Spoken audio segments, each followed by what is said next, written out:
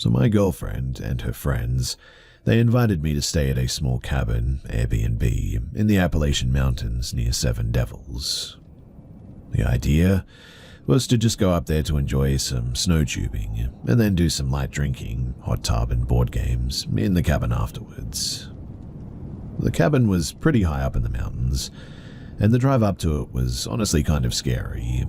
Single car length road for the most part, no railings on either side of the road, so if you were on the side of the truck, which we'd rented a four-wheel drive to make the drive up, thank goodness, it was a sheer drop on that side.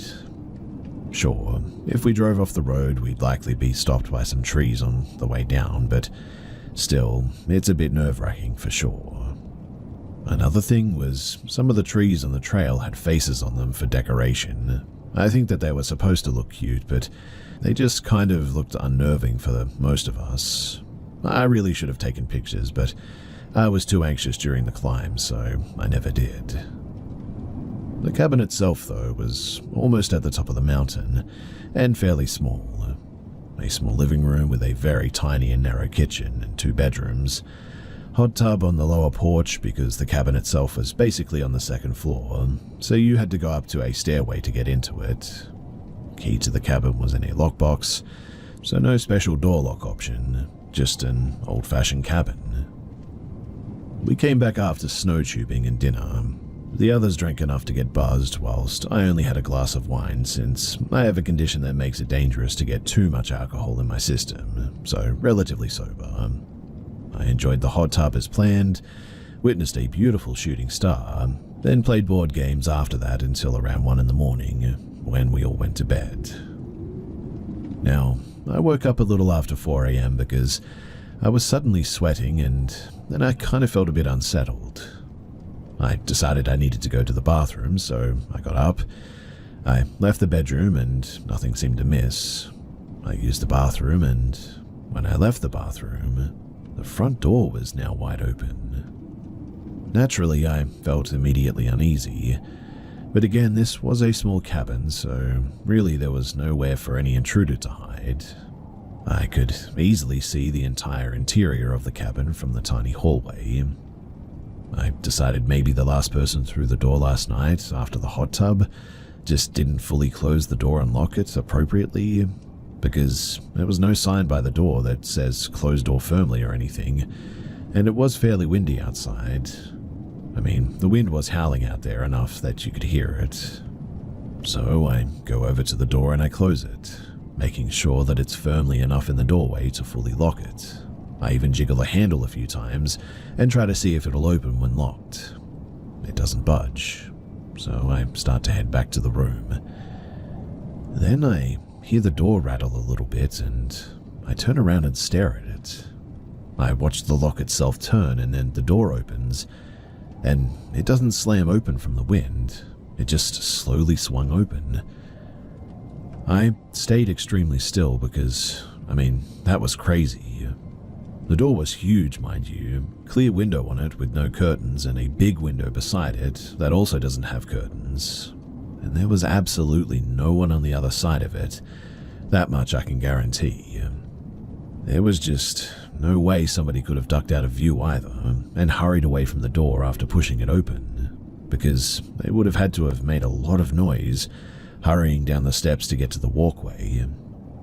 Like I said, it was an old-fashioned door as well, with a simple lock and a simple doorknob as well. No electronic buttons or anything like that to unlock or lock by buttons or remotely or anything. Well, after getting the nerve to close the door again and locking it firmly, really, nothing else happened that night. I couldn't really go back to sleep because I was way too scared to do so. So the following morning I told the others about it, and they were pretty spooked by it too, but otherwise glad that we were only staying that one night. Before we packed up the truck to leave, there was this strange knocking noise coming from the surrounding woods. Not like somebody knocking on a wall or a door or anything. It was a deep, hollow-sounding knock that only knocked twice, stopped for a while, and then would do it again. Maybe it was just the trees knocking together, but after what happened early in the morning like that, it was definitely a little bit unsettling. So yeah, I'm from Florida, and though I've experienced other paranormal activity before, that was the most physical thing that I've experienced, and I've definitely heard plenty of stories about odd occurrences in the Appalachians. I guess in a sort of weird way that I'm glad that I experienced something, but I'll never forget the fear that I felt that night. After all, my first thought was an intruder or something, and it would have been pretty bad being up there so high by ourselves with someone like that. If we had had any reason to run, we could have easily fallen off of a cliff or something in the pitch black darkness outside. So I'm thankful that really we never had to do that.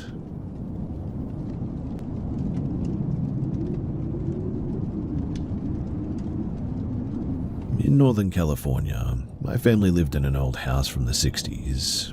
It was worn and squeaky, but livable. A charming house, really. We lived in this house for a few years, and my experience in this house was when I was also young, maybe about 13 or 14. And many of these instances had convinced me thoroughly that this place was haunted.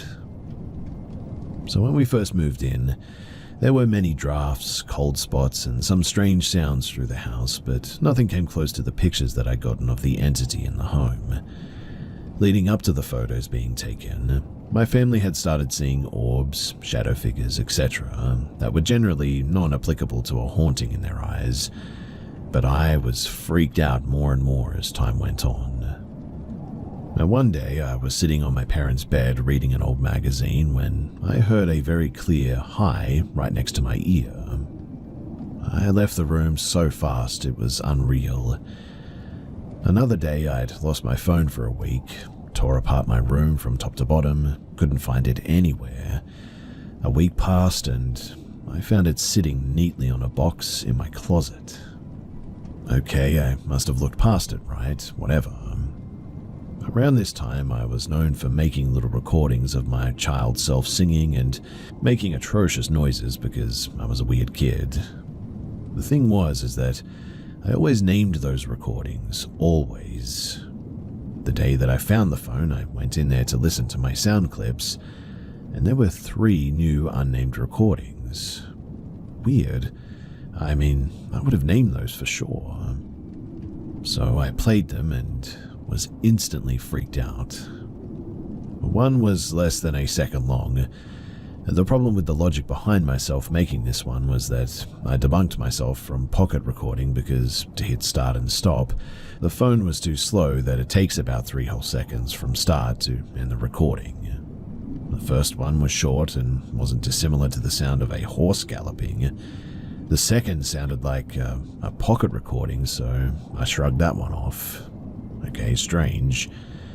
The third recording was fairly long and hosted a loud crunching or marching noise with children in the background like a party. I hadn't been to any parties, nor was I in school for the spring break, but you can clearly hear an adult male voice say the word name Fallon, but the rest is muffled. Okay, cool, whatever, I forget about it. But a week or 2 later, my phone disappeared once again. I searched and searched my closet for days to no avail, only to find it a week later in the exact spot that it was last time. This time, I instantly directed it to the sound clips and, to my surprise, found 3 more recordings. 2 short ones and 1 long one. The first 2 were just static noise, but the third one brings chills to my arms every time that I listen or think about it. It was a very little girl singing into the phone like I would have, but I definitely did not sing that. It was hard to make out, but it was something about going to the edge, then something else I couldn't quite make out, and then it just ends.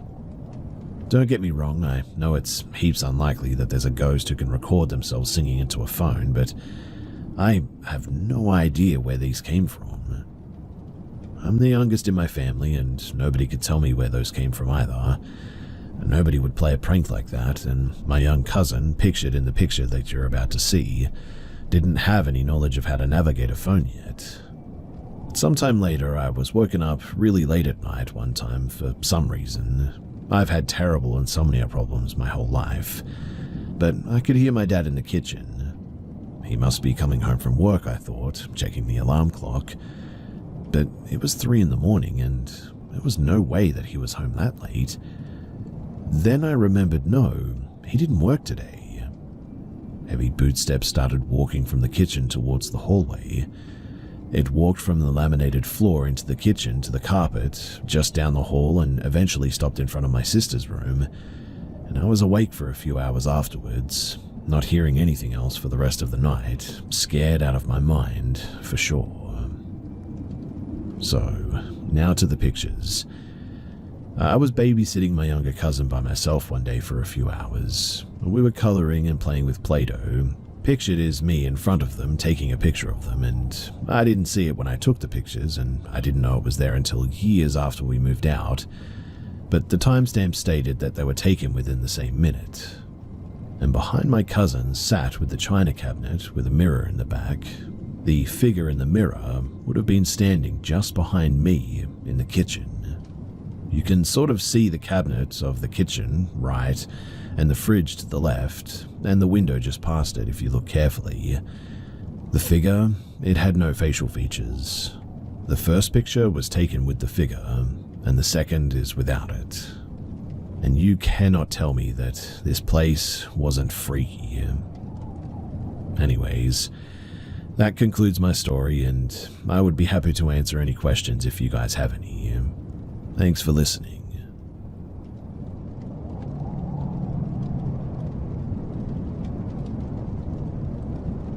Early on in my relationship, I'm 24 and female, I frequently spent the night at my boyfriend's, 23 and male, his condo.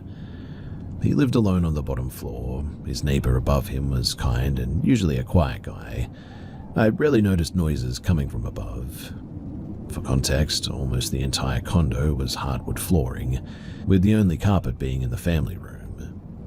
My boyfriend was working a pipe-fitting job and commuting a couple of hours away, so he would usually leave at about 4 in the morning, if not earlier. I would usually stay in bed for a couple of hours after he left, then would hit the road around 7 or 8, depending on my work schedule.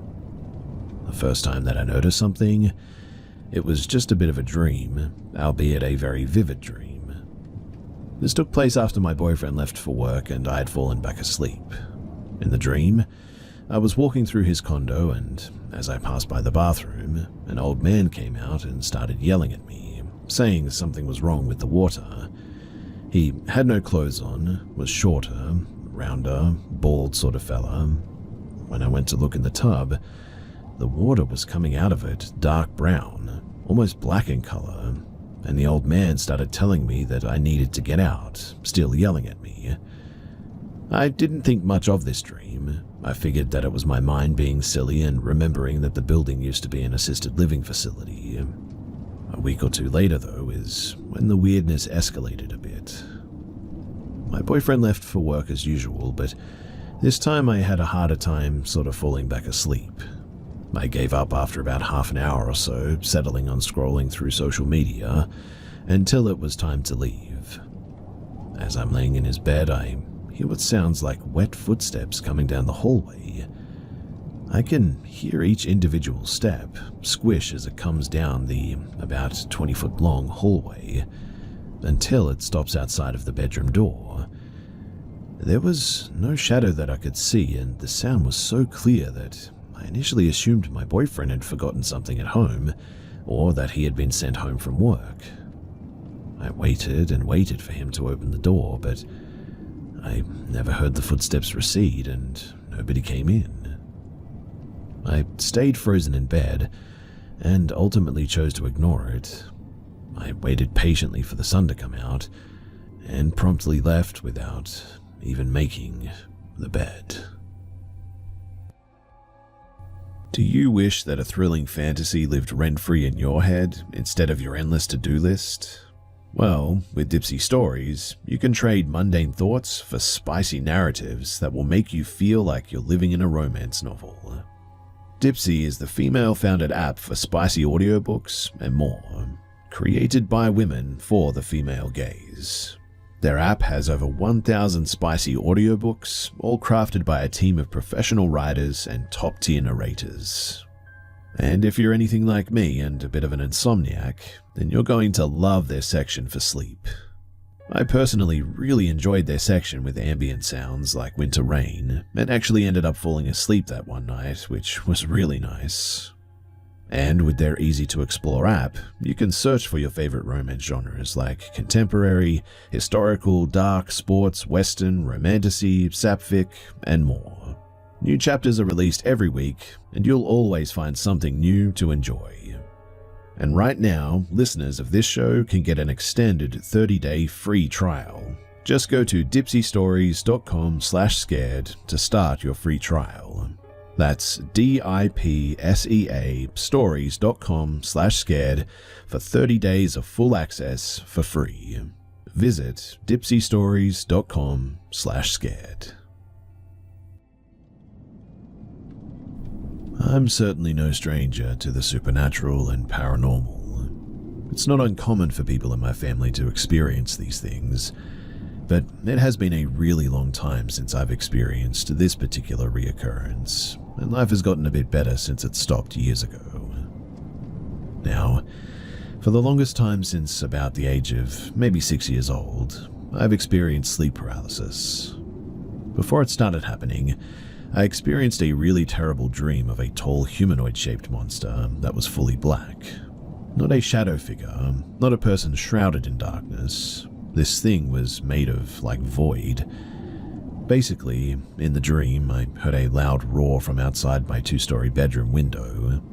I looked outside and saw this thing standing underneath a corner street lamp. No visible features, beside it being tall, like maybe 8 foot, humanoid in frame, and the roaring noise was coming straight from it. I would then run downstairs and my family would surround me like they were trying to guard me from this thing, but each time I turned around, a family member would vanish, and then once they were all gone, everything would go back as the roaring got louder, and then I would wake up. I would only ever experience this dream once, but it got followed first by brief bouts of what I feel is maybe like astral projection or an out-of-body experience, which only occurred in my grandma's house for some reason. I would wake up and see myself in bed, and then feel this sort of pulling sensation that would lead me to the front door, and I would stare at them and feel this sensation that something was on the other side of that door and wanted me to come outside. Nothing ever spoke.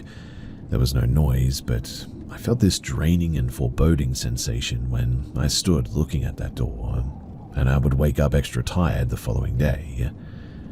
This was a reoccurring experience, only ever at my grandmother's house, which I fully believe was haunted, and I can explain that later. The sleep paralysis was far more random though, like once a year I would guess. At first I wouldn't see anything. I would just experience the horrible panic of being unable to move, my heart racing, my chest feeling heavy and feeling really hot and uncomfortable. Then eventually I'd see that void creature in the dream that I had when I was 6.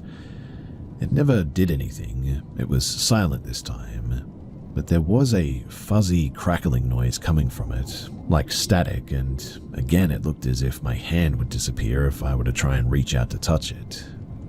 Each time I would have sleep paralysis, it would be closer to me as well, like it was just inching closer each time that I had an episode. The last and final straw that I saw it was when I was 21, and it had actually been a couple of years since I experienced anything. So I brushed it off for the longest time, but one night I woke up feeling extremely hot, and the void figure was just standing directly next to my bed, looking down at me with bright, burning red eyes. The room itself was also a hazy, deep red, as if it was in a photography dark room or something. The static noise was pretty loud, and it sounded like this thing was speaking, but I couldn't make out any actual words. Its voice was deep and kind of had a vibration to it. Oddly enough, I didn't feel fear as I stared up at it. I just stared at it for what felt like maybe a minute, and then I closed my eyes and went back to sleep. almost as if I just couldn't be bothered with it. I didn't even remember it as well until midday the following day, and that was when I actually was scared. But weirdly, nothing further ever happened after that. At least for a while it didn't. No sleep paralysis, no void figure in dreams, nothing. It just stopped. It wasn't until I was about 30-something as well that something happened that shaked me up pretty badly. Now, I was married at the time and my husband worked overnight, so I'd be at home by myself and sleeping. I need some kind of white noise in order to sleep, and that usually comes in the form of a fan being on. I woke up because the fan turned off. It isn't actually uncommon for the power to go out randomly in our area for an hour or so in the middle of the night, so I merely sat up in bed for a moment out of confusion. For a split second, though, I thought that I heard what sounded like a quiet growl under my bed. I didn't have any pets at the time. I brushed it off because it was so quiet, and I figured that I must still be out of it from sleep or whatever. But I got up with the intention to go to the kitchen to see if the oven light was blinking, because that usually indicated that the power simply just went out and was now back on. But the second that I opened the bedroom door, there was that deafening roar from the nightmare when I was 6, and everything in the house suddenly turned red. My only thought was to run out the front door, but when I did, I ran right out of my bedroom again like I was caught in some sort of a loop. I couldn't leave the house. The roar was suddenly getting louder, and I was really starting to panic. I began screaming, and I kept repeating, "Wake up and let me out," when I finally stopped by the front door and just held the doorknob. I could feel sharp claws dragging down the back of my neck when suddenly I woke up. I was drenched in a cold sweat, and I was stuck in bed for a while because I was just afraid to move. But eventually I found the courage to get up and turn on every light in the house, and that definitely was the most vivid nightmare that I had ever had. I'm almost 34 now. I got out of a toxic, unfaithful marriage and currently am doing a lot better on my own. There were a lot of negative people in my life before and have since cut them out of my life. And who knows, maybe that plays a part in all of this, because I haven't had anything like that really happen since then. Then again, I've had years of dry spells before, and I don't get nightmares quite like that anymore. None involving the void being, at least.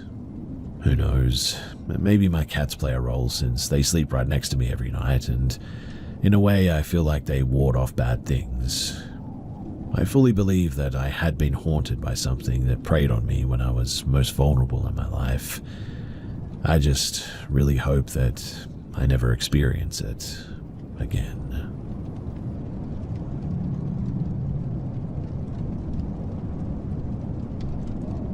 My childhood home, I lived there from maybe ages 4 to 14, always had a somewhat thick negative energy to it. I remember my parents having family and family friends over as a child, and a few of them making verbal comments about how the energy felt dark, observant, and that they'd get the creeps if they stayed the night for any sort of reason.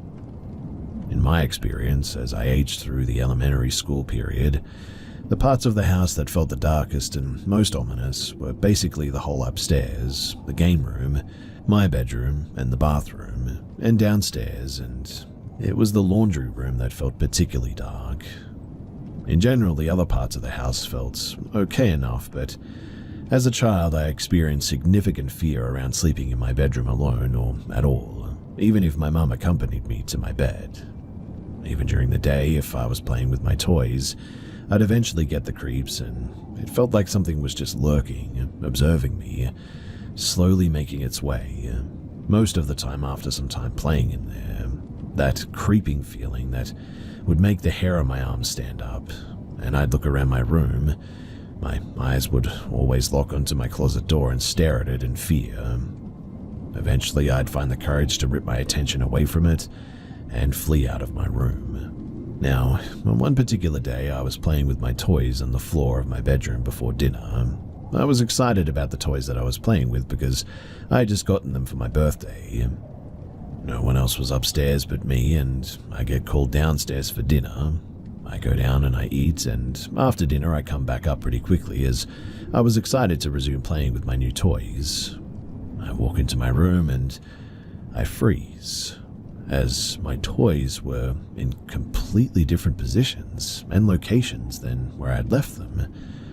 Action figures that I previously had sitting were now stood up straight and feet away from where it was sitting before.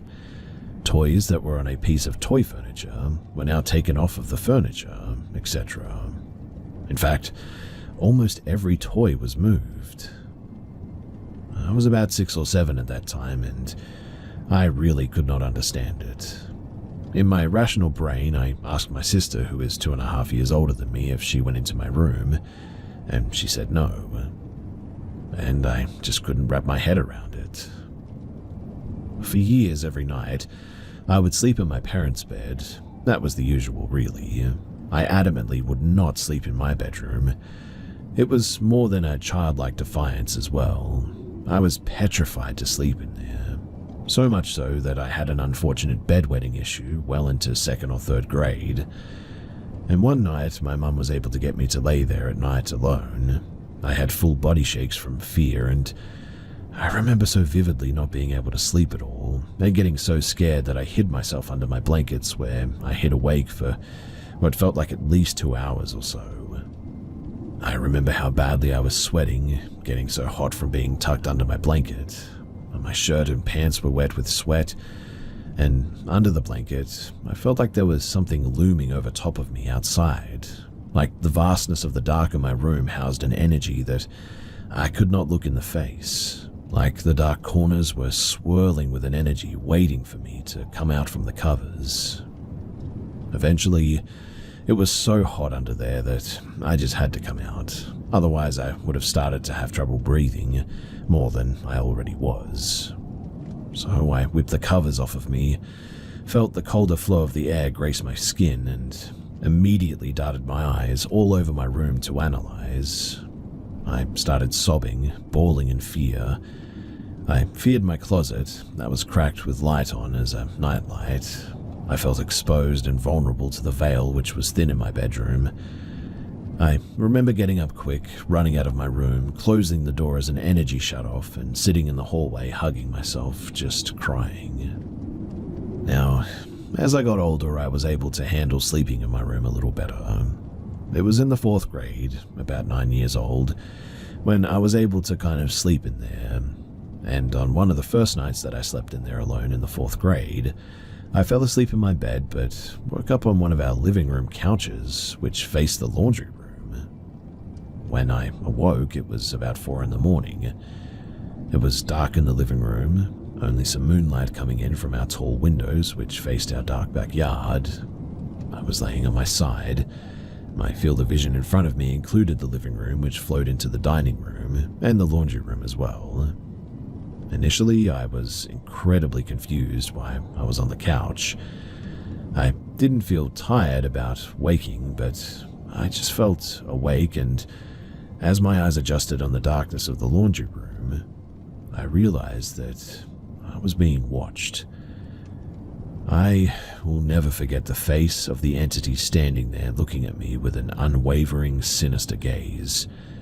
Again, in my rational brain, I tried to imagine what could have been in the laundry room that could have just looked like some seemingly demonic entity.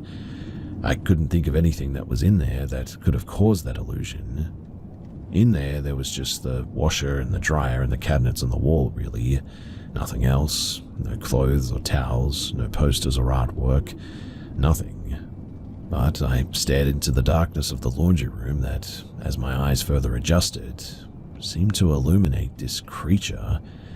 More pale white skin, big circular black darkness around the eyes which peered upwards at me from a downward pointed chin, hair that was long, black and stringy. Its pale white fabric skin seemed to disappear vertically into the darkness, and I instantly felt frozen in fear. It wasn't moving, not even an inch. It didn't move a single muscle.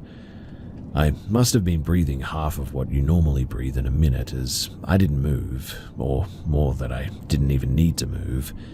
I was hardly blinking, and I definitely wasn't going to go back to sleep.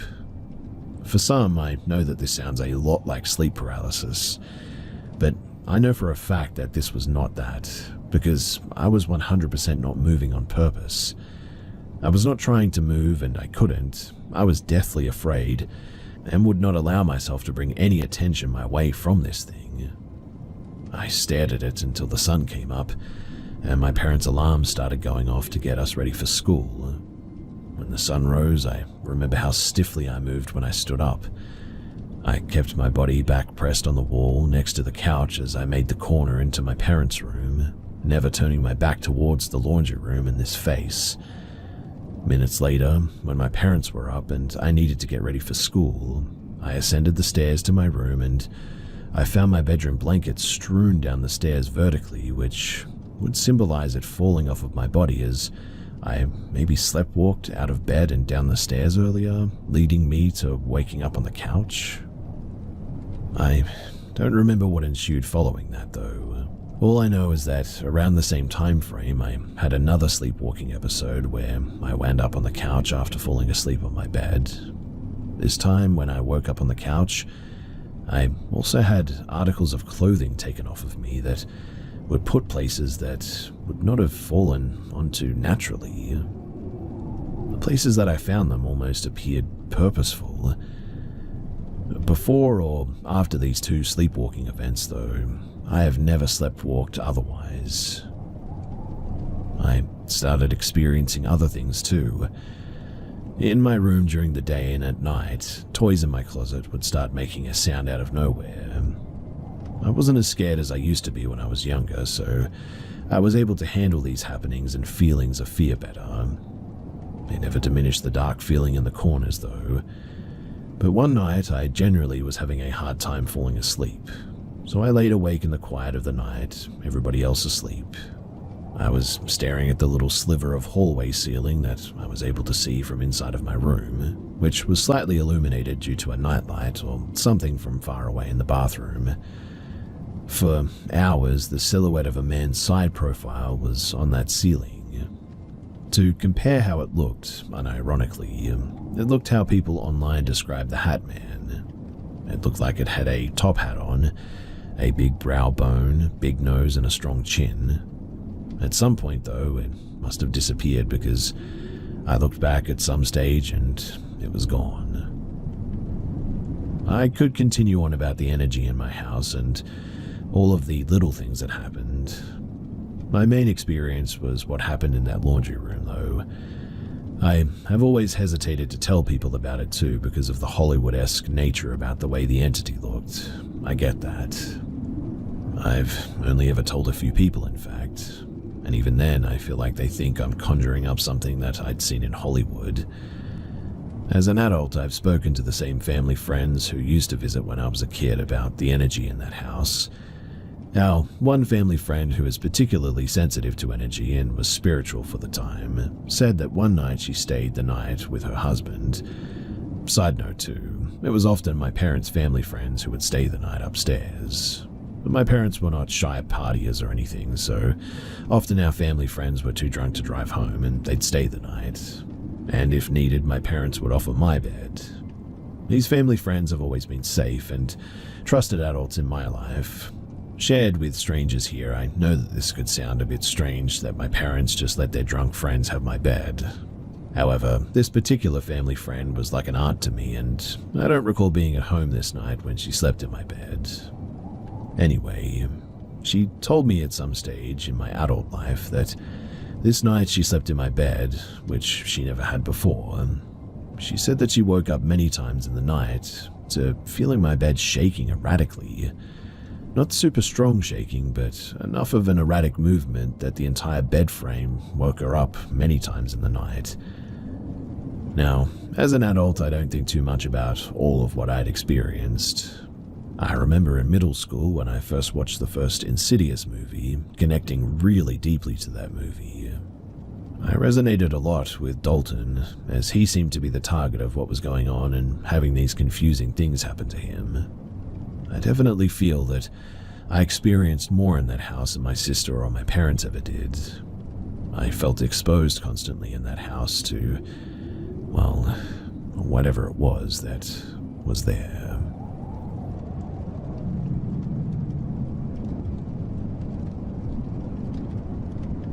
I live in South Africa and am now 22 years old, but when this took place, I was about maybe 8 to 9, I think.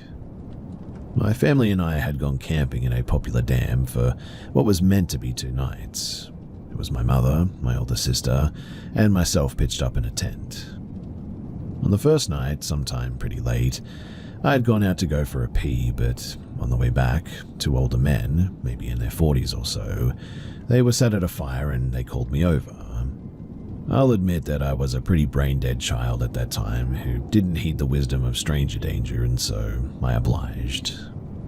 They were busy braaiing and offered me some meat, which I happily accepted.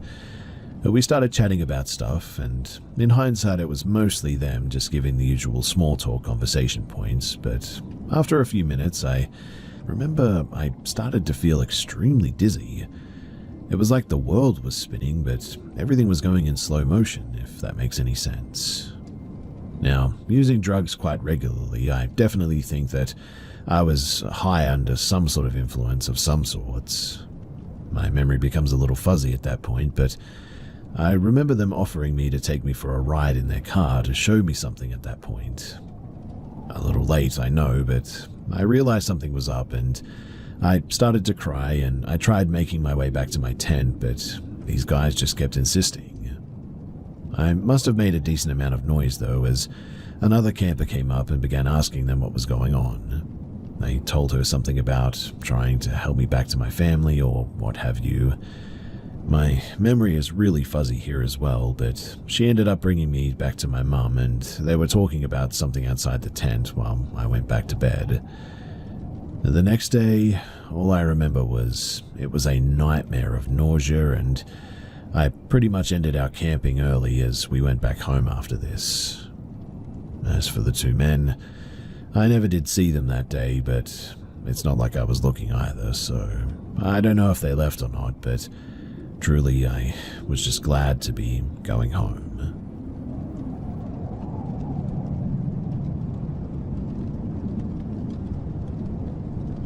When I graduated college, I was about 24 years old. I really wanted to get out on my own and try living alone at that age. I mean, bit of a late bloomer, I know, but luckily for me, my grandma had asked me to move in to an assisted living center about a year prior. I had asked my parents if I could live there. They talked it over with my grandma, and she agreed that it would be nice to have someone there after a year of it sitting empty. This was in a kind of up-and-coming area, but still, it had its rough spots for sure. Regardless, I was really excited until, well, I got there to do a walkthrough to see how I was going to set up my things.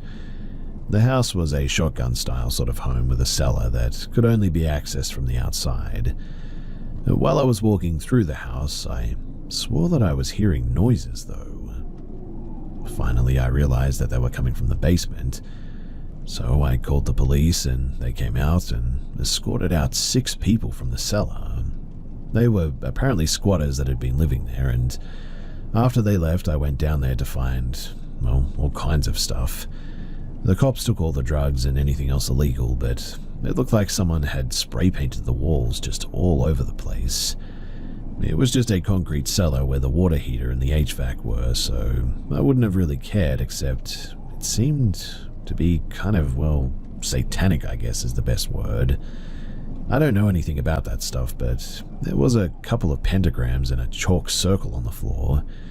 The cops didn't really have anything to say about it. They didn't know either.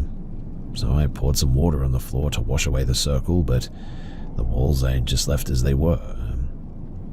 Well, fast forward a few months of me living there.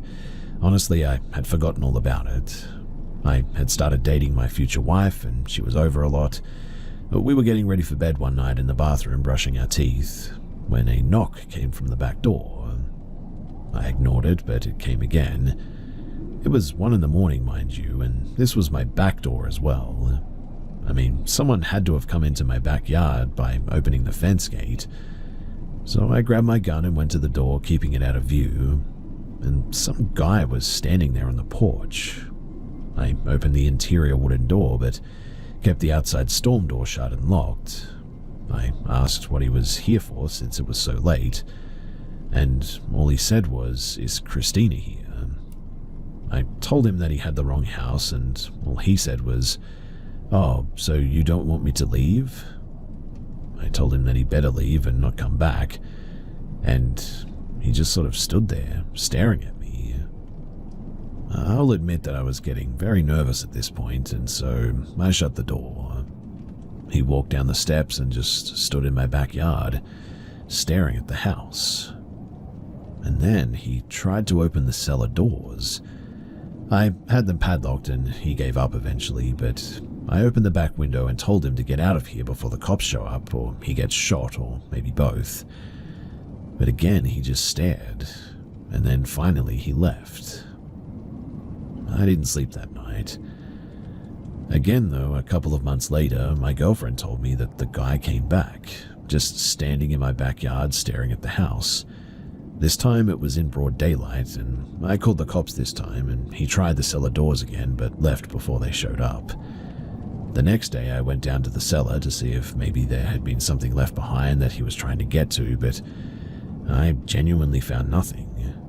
It was just a damp, disgusting cellar with a dirt floor, and I have zero idea why he wanted to be in there. I highly doubt the satanic stuff had anything to do with it, but it certainly just made it a whole lot creepier, I guess. I unfortunately had to move out sometime later as I could no longer afford it. We never saw the guy again, but the whole situation was just really, really weird.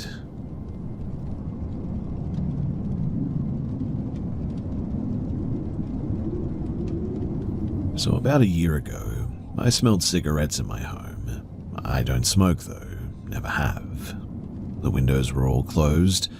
I walked downstairs and it was the strongest in the living room. I should mention too that it was around 2 a.m. since I'm a bit of a night owl.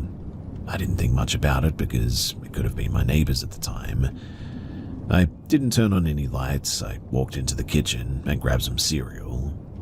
I sat down at the dining room table and I ate my cereal in the dining room.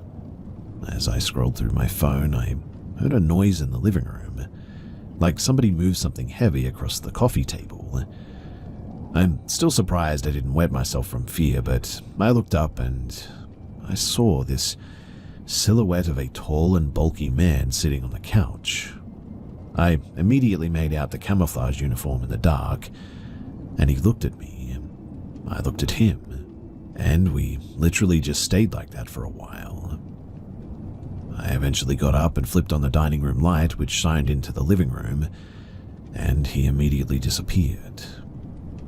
I went upstairs feeling like I had actually gone crazy at that moment. Over the course of the next week, same thing. With the strong smell of cigarettes, I'd walk down the stairs and he'd be just there, chilling on the couch in the complete dark. As the next month went on as well, things kept getting weird. Things started moving a literal tiny inch from where they should have been, but only ever in the living room. I never had any experiences with him during broad daylight until I was in my kitchen doing dishes that afternoon. I had headphones on like usual as I did the dishes, and I suddenly felt someone press right up against my back. And I don't mean like somebody grazed me by accident. I mean that they literally stood right up against my back. Being a female who lives with no men, I literally whipped around so fast that I almost broke my own neck. But there was nothing. The kitchen was empty. Small things like that kept happening at random times.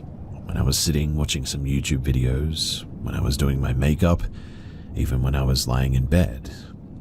It was nothing severe, just small things, like my hair was moved, feeling like somebody pat my shoulder or the top of my head or something. But the only thing that I could really come up with is that it was him. He had never caused problems exactly.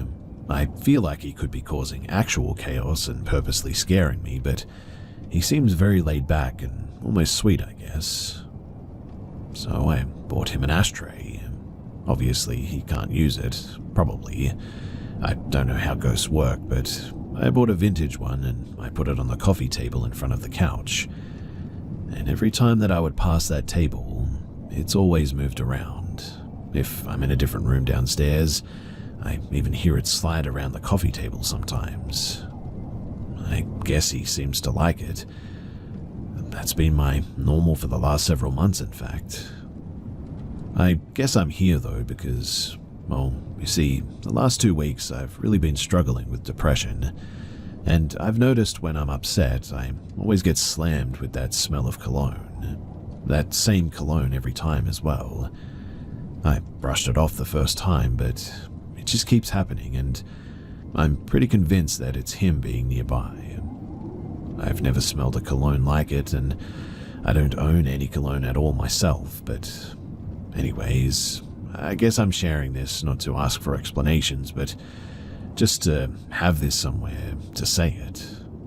Because I'm scared if I told somebody else in my real life that they'd probably think that I'm going crazy.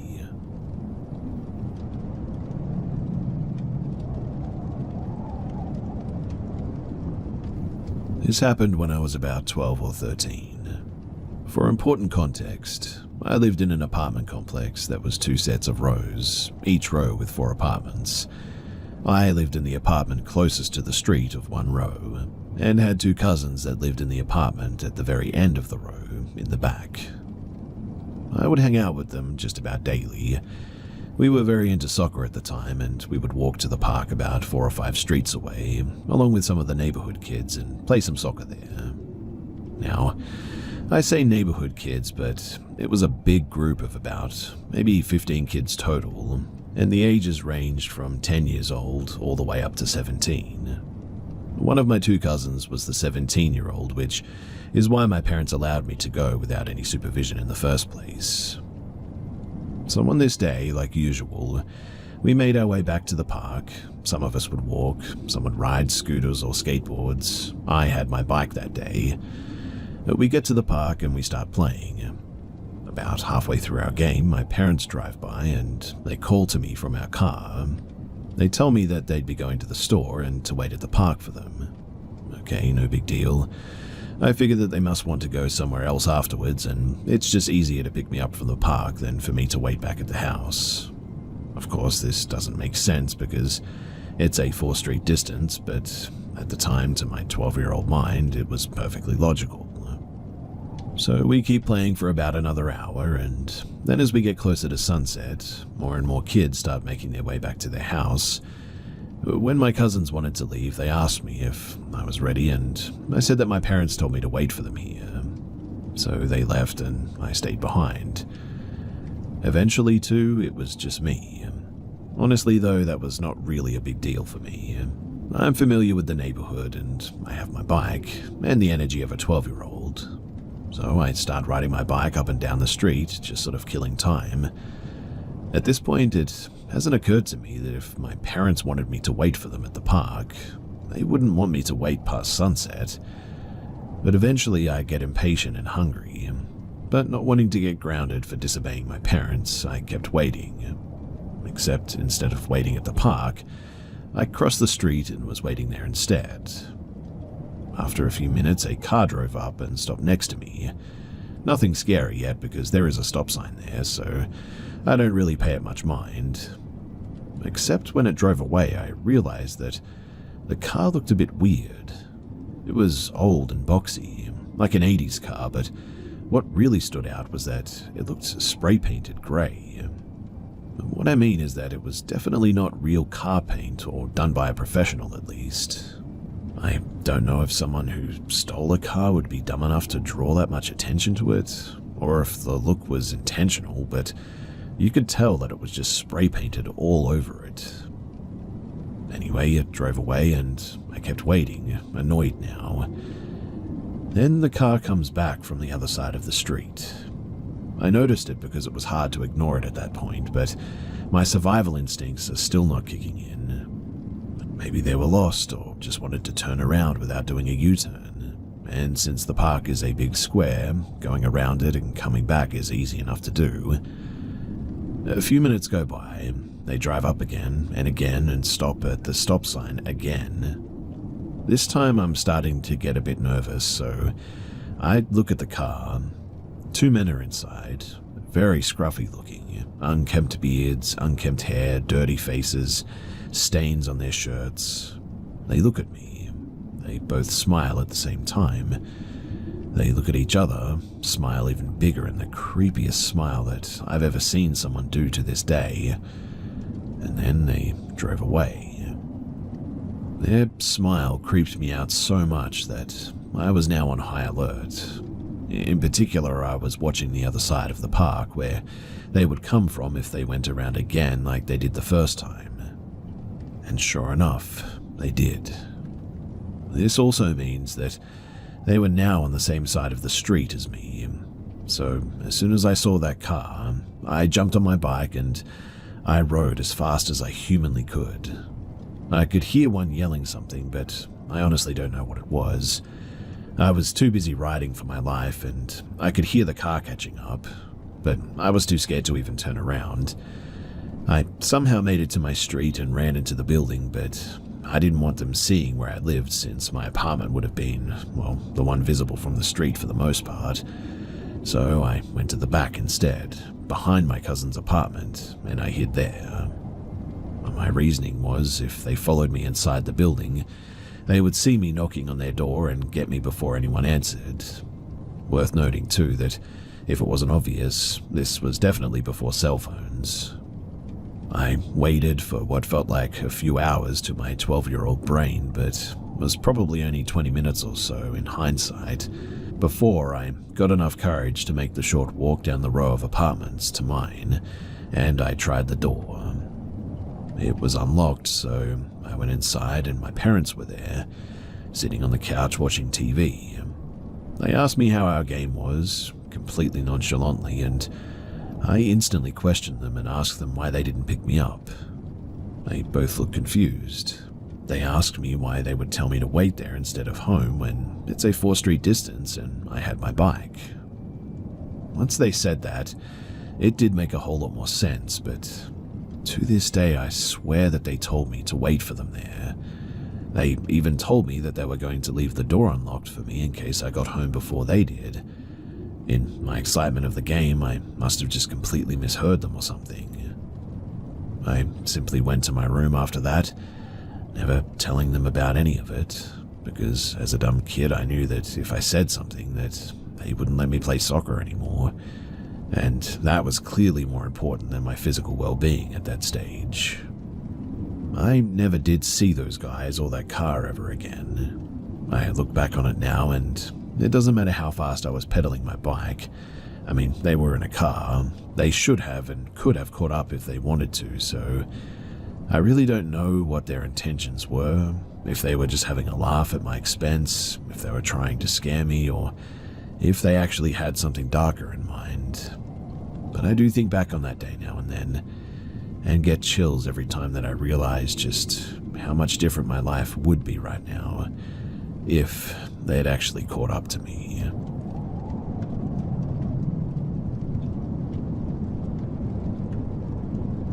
So I'm 24 and male, and branching out a little bit in my dating practices.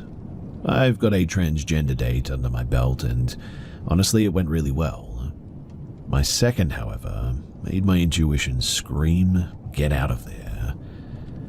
I was out Ubering food late one night, and when I was done I decided to try and hook up while I was in the city, away from my rural home. My attempts on Grindr for a meet were unsuccessful. I wasn't quite ready to give up yet, so I went to Tammy and started swiping. The first swipe of the day was a lucky one as well, or so I thought.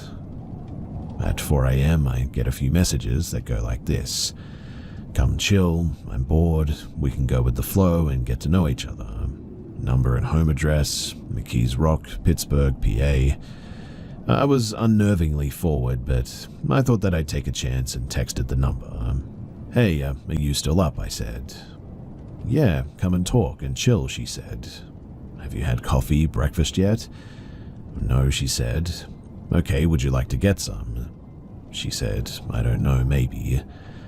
It's gonna be a 30-minute drive. Would you like to talk over the phone instead? She says that she's going to take a shower and after that she will. I get within 10 minutes of the address and I get a text. She says, I need 15 more minutes. Why don't you bring something with you? That's obviously fine so far, but I didn't get to talk to them and get a sense of who they were, so I take my knife and carry it, appendix style. I circle around the block to scope and find a parking spot, preferably close in case I need to nope the heck out of there. Someone had just parked out on the street in front of the location and they were just sitting in their car, it seemed. I waited out a bit and they just never come out. I then gained the courage to go to the door, mentally prepared for anything to go down. I knock and the door opens. I didn't recognize the person who opened the door, but I told them who I was here to see and they let me in, directing me to the door to my left. The guy then stands between me and the exit and says, "Come on, man, what the heck?"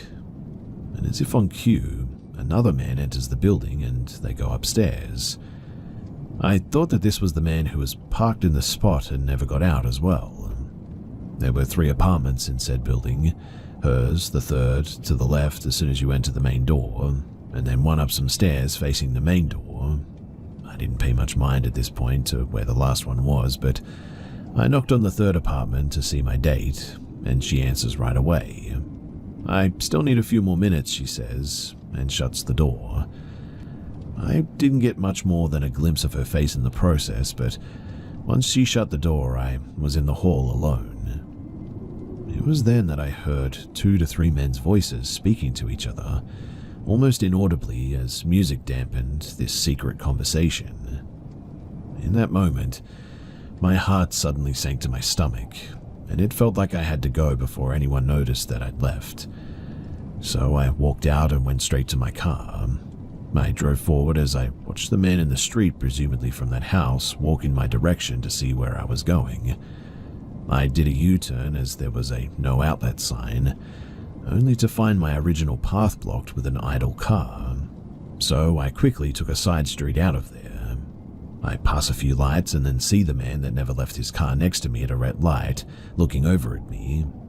I managed to lose him going through some big trucks at the wee hours of the morning as I drove to more familiar territory.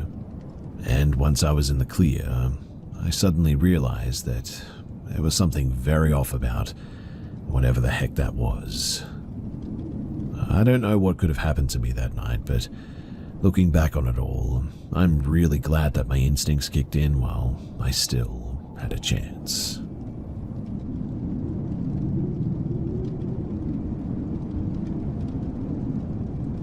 This experience gave my whole family chills, and quite honestly, we're looking for a rational explanation for it. It happened on last Christmas. My grandparents' house is in the middle of the woods. Our whole family has this yearly get-together kind of thing during Christmas, and we were preparing dinner and my aunt was taking a nap at that time, when she started screaming, twitching, and woke up in a cold sweat. She started mumbling nonsense about seeing visions of mangled toddlers creepily smiling and walking towards her. We thought that she went crazy, until it was about bedtime.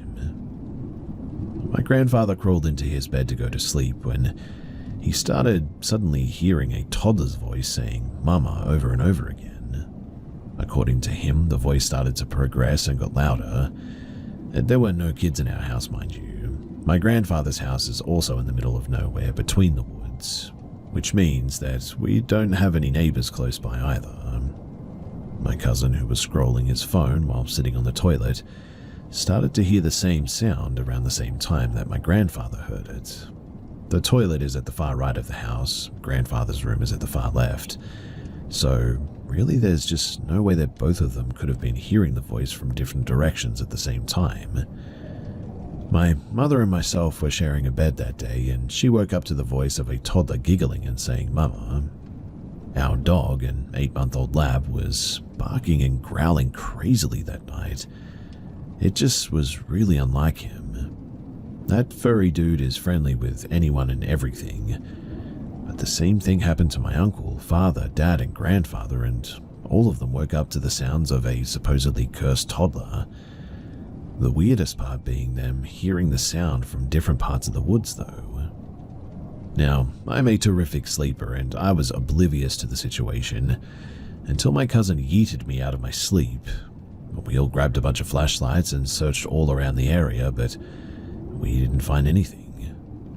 It resulted in a midnight family meeting with my grandmother claiming that it was her deceased son who died as a toddler coming to see her, my uncle claiming that it was the work of a thief, my aunt too saying that it was her deceased baby brother showing his rage as we forgot to light a candle on his grave last year, my grandfather saying that it must have been a wild animal, and so on and so forth. We almost forgot about this experience too, until recently when we visited the house and were awoken by footsteps and some kind of soft murmurs.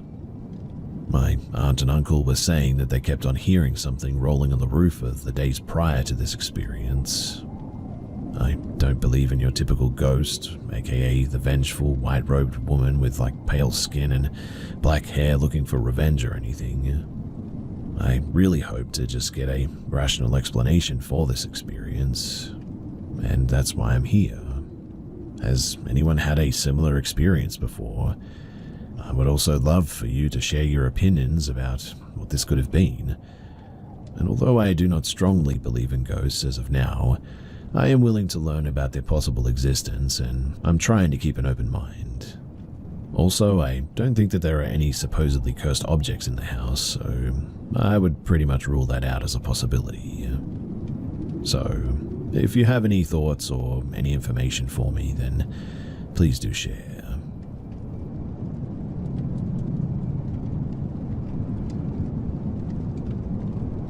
So first of all, I'm not from North America, middle of Europe here actually, so there are no crazy big wild animals and mountain lions who could make weird sounds, or even hillbillies with guns in this story that I experienced during a time at college, but it was definitely still pretty spooky.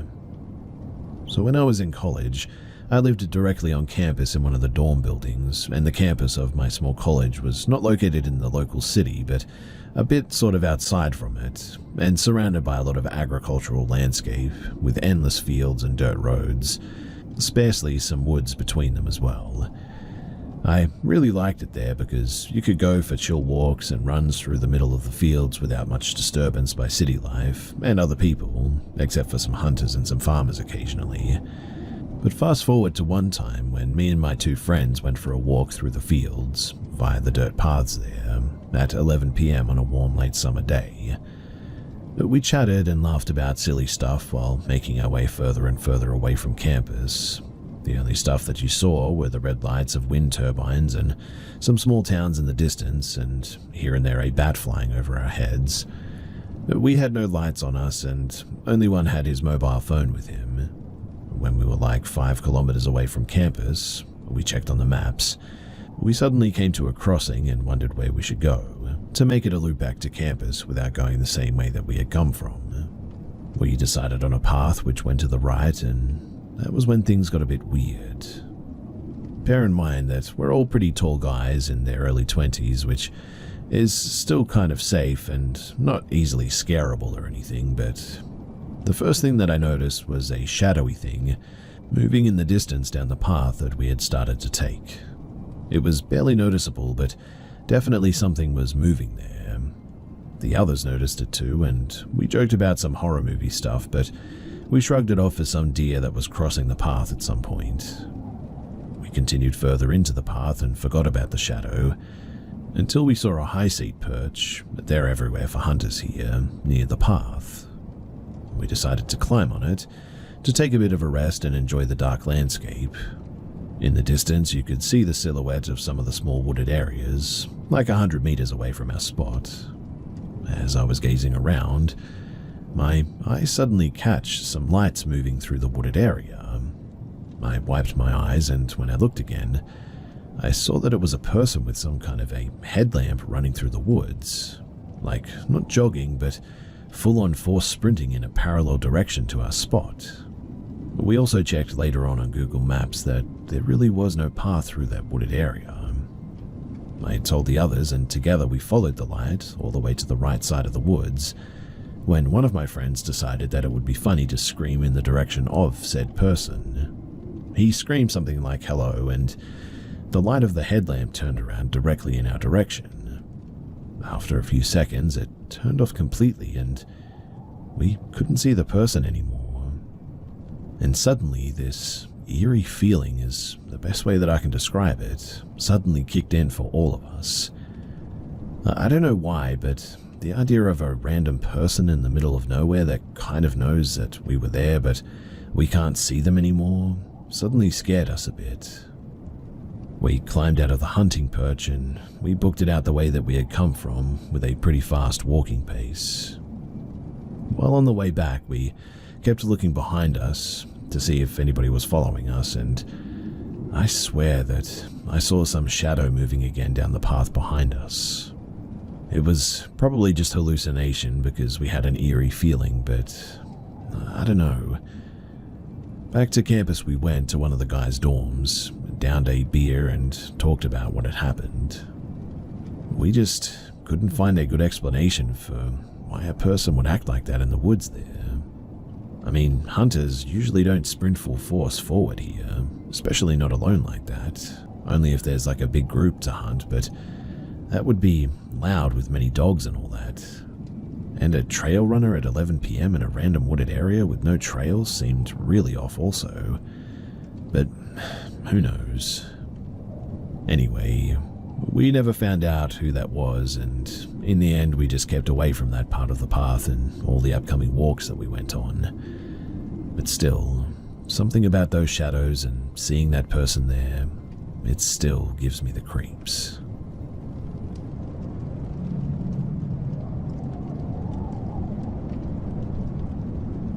So me and my sister were sitting in the garden at night after we came home from a walk, and I saw a small flash out of the corner of my eye, but I ignored it at first because I wasn't sure if my mind was just playing tricks on me or not.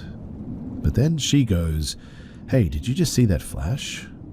I said yes, and we kept talking for a few more minutes, and while I was facing her, I saw another flash out of the corner of my eye. She saw that too, and then we saw a huge star appear. There were no other stars around that night. Then the star disappears and reappears multiple times. After a bunch of times of this, it disappears and then reappears a couple of inches in the sky away. It did this a few times until it had moved halfway across the entire sky, maybe in about 5 seconds. We started freaking out, and I take her phone and try to record it, but the videos weren't that good. I do have them though, and so I have some proof of it.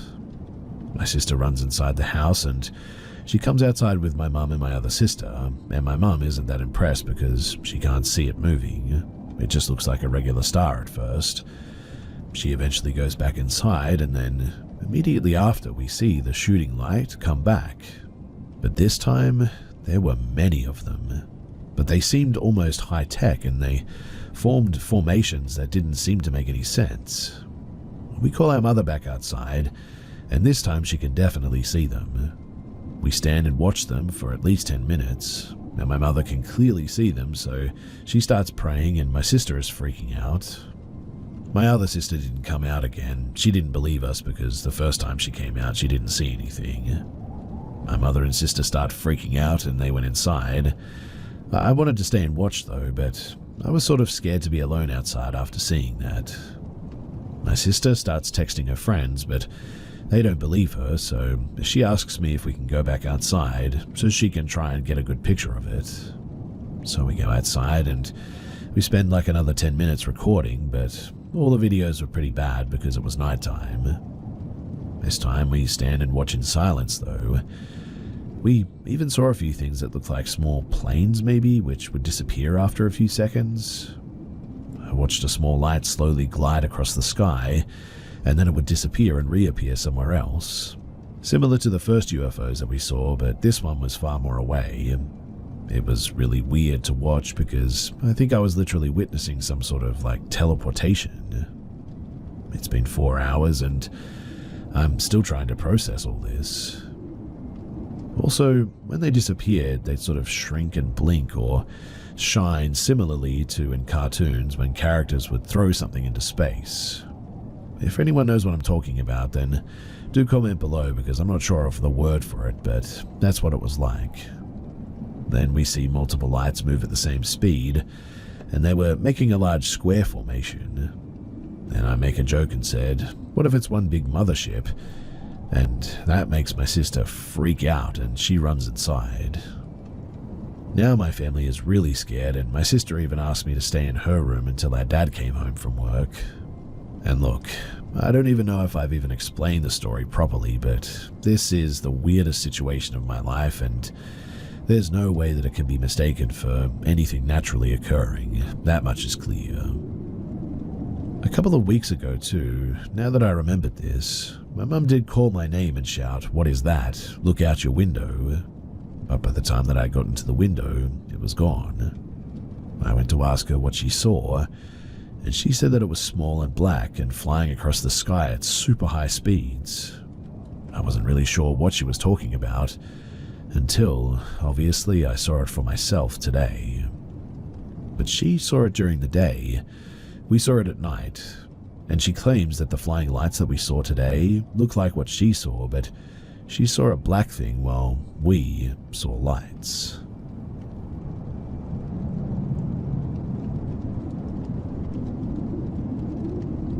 I've only shared this story with those closest to me, but every time I go back to it, fear twists my gut and I instantly get goosebumps and tears welling up in my eyes.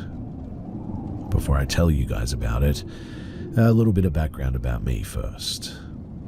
At the time, I'm 40 years old, married with 2 children, enjoy walking nature in the mountains, and take photos when the weather permits.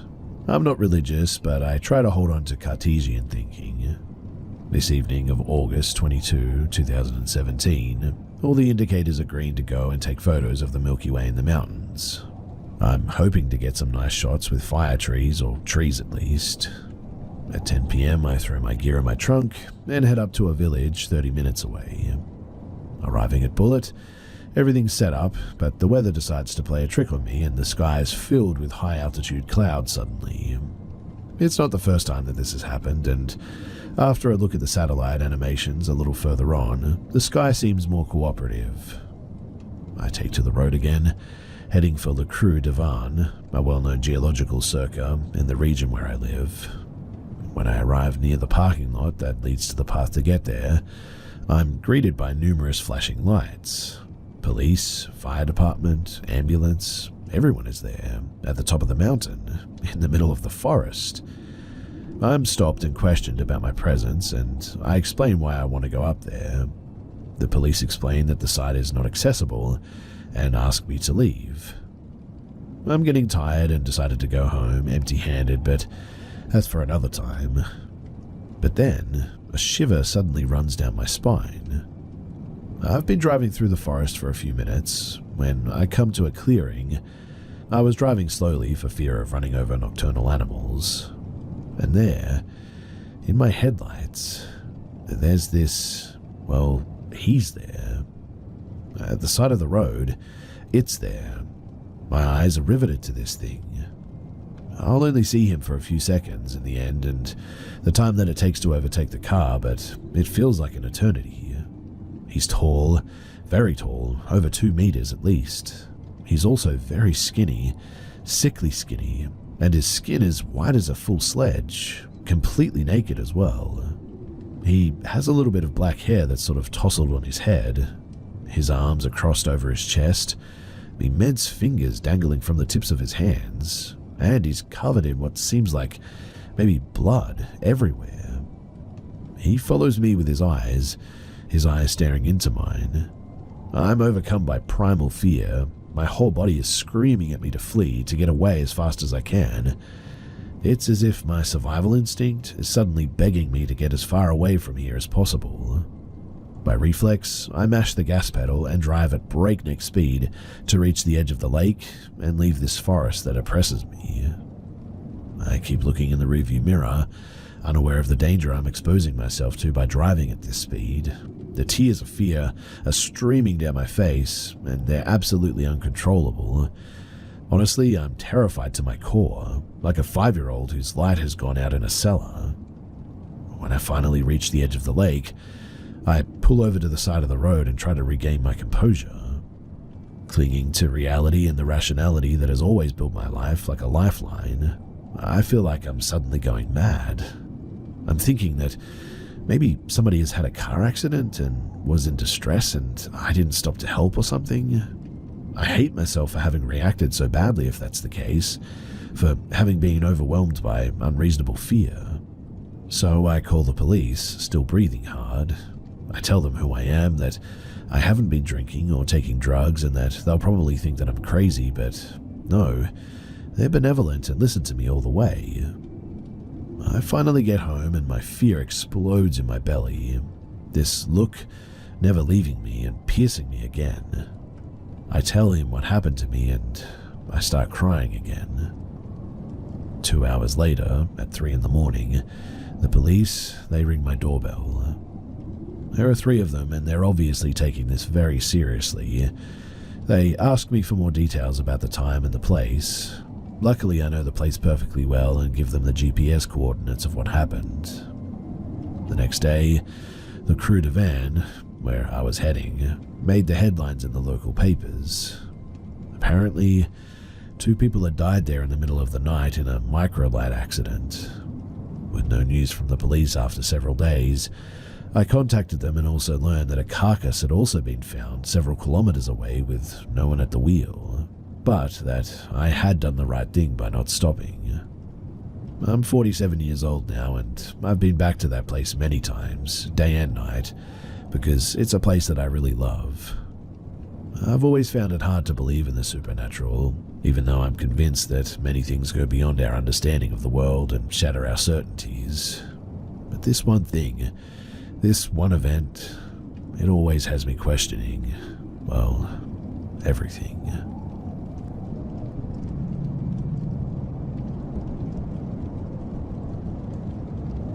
I went to a wedding of my friend Courtney about 2 days ago, and I still cannot shake my mind over what happened. For context, I grew up in a very religious household and went to a church every Sunday, and Courtney is probably the only person from my old church that I still keep in contact with. The situation started at the reception. Courtney was super excited to see me, and was definitely the only person who felt that way, judging from all the stares from the people at my old church. I sat down at my table and started playing something on my phone when some guy sat next to me. He said that the seating chart said that he was supposed to sit at my table, and introduced himself as the groom's friend, Anthony. He was pretty cute, so I spent a lot of time talking to him and we really hit it off. He didn't seem to judge me for being an atheist and seemed genuinely interested in me. When the dance started, they started playing Brown Eyed Girl and he offered to dance with me. We danced together for most of the night, until he left to go to the bathroom, and a little later I did too. When I came out, I saw that my purse wasn't on the table, which was weird because I swore that I left it on there. I was tired though and thought that I had just left it in my car, so I went into the parking lot and into my car to look for it, and found it on the center console. I still brought it inside, but at that point it was pretty late in the night, so I didn't think too much of it. I danced some more and noticed Anthony was gone. I asked the groom, who said that he had gone home because he wasn't feeling too good. And pretty soon I started feeling pretty sick too myself, so I said bye to Courtney and went to my car.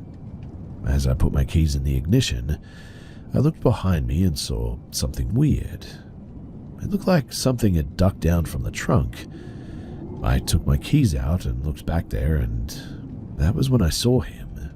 Anthony was crouched down in the trunk of my car. I started screaming and ran out with him chasing after me. I went inside and told Courtney, who immediately told her husband, who walked me back to my car where Anthony was nowhere to be seen. Courtney's husband said that he didn't see his car anywhere, so he probably left. I left and I still feel sick to my stomach thinking about it. He could have easily gone home with me and killed me if I hadn't have looked back. Courtney said that she feels terrible that she invited him and that she had no idea that he would do that.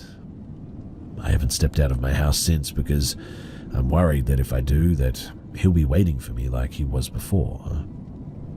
The last couple of days have been a bit crazy for me, but unfortunately my address was on my ID and, as I learn now, Anthony took photos of it.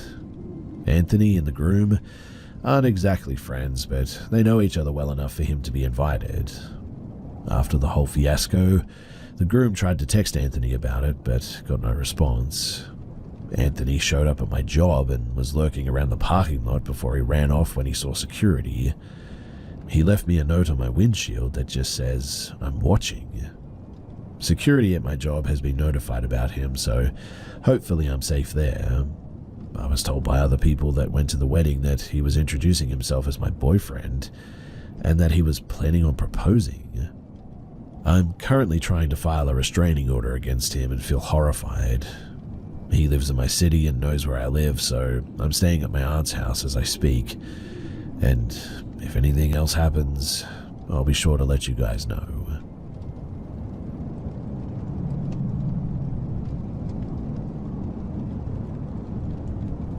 So last night was the first night in, well, a long time that I'd been alone overnight, as my boyfriend went to visit his mother for the weekend. I was talking on the phone when suddenly my call seemed to have been hijacked, and a raspy female whisper with a kind of static sound began to speak in words that I didn't understand, and I quickly got the feeling that I needed to end the call, which I did almost immediately. A short time later, I hear a soft tapping, almost like someone lightly packing cigarettes, right outside of my door, and I have no idea what it was. It went on sort of rhythmically for a couple of minutes, then stopped. Obviously, I was pretty spooked by this, but went to sleep a while later without further incident. Then, shortly after I woke up this morning, I heard a male voice, but it didn't sound like a real person. It sounded like an old record. It was very high staticky, and I couldn't understand some things it said, but it did keep repeating like hey and hi right outside of my door. Neither of these occurrences are particularly worrying, but altogether it gives me the creeps. I'm wondering too if anybody else has experienced anything that you can't see but can hear like this, and that instant feeling that whatever it is, you shouldn't acknowledge it, and that it isn't good.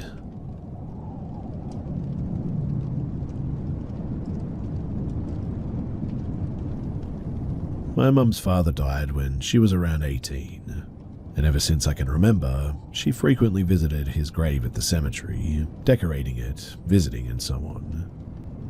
When I was too little to be left alone and my dad wasn't home, she would always take me with her too. Ever since I can remember, I have hated that cemetery. Being there always made me anxious, scared, gave me bad vibes, whatever you want to call it. I would always refuse to get out of the car at first until, inevitably, being alone sitting in the car got too scary, so I got out. The grave isn't far from where you'd park your car on the pathway thing, so I could get out and join my mum easily enough. Because of this, there's a tree nearby between the graves and the road. Getting out of the car always made the feeling worse, even if I was with my mother. I couldn't wait to get home. This went on for years too, until a few years ago, when I was around 16, I believe, my mum told me a story that literally made my jaw drop.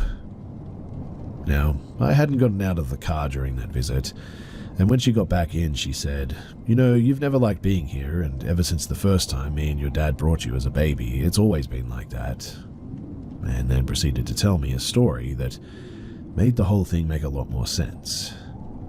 Apparently, when I was a little baby, old enough to sit up on my own and such, I think, my mum and dad took me to the cemetery to visit my grandpa's grave. I was sitting in the grass, happy and all. They were keeping an eye on me, but weren't like all eyes on me sort of thing. I was looking up in the aforementioned tree between the graves and the road, and all of a sudden I just started screaming, like I was being actively stabbed or something. I was just completely terrified. My parents scooped me up and checked me over. There's no ants or bugs on me or on the ground where I was, but I kept crying until they left, eyeing the tree.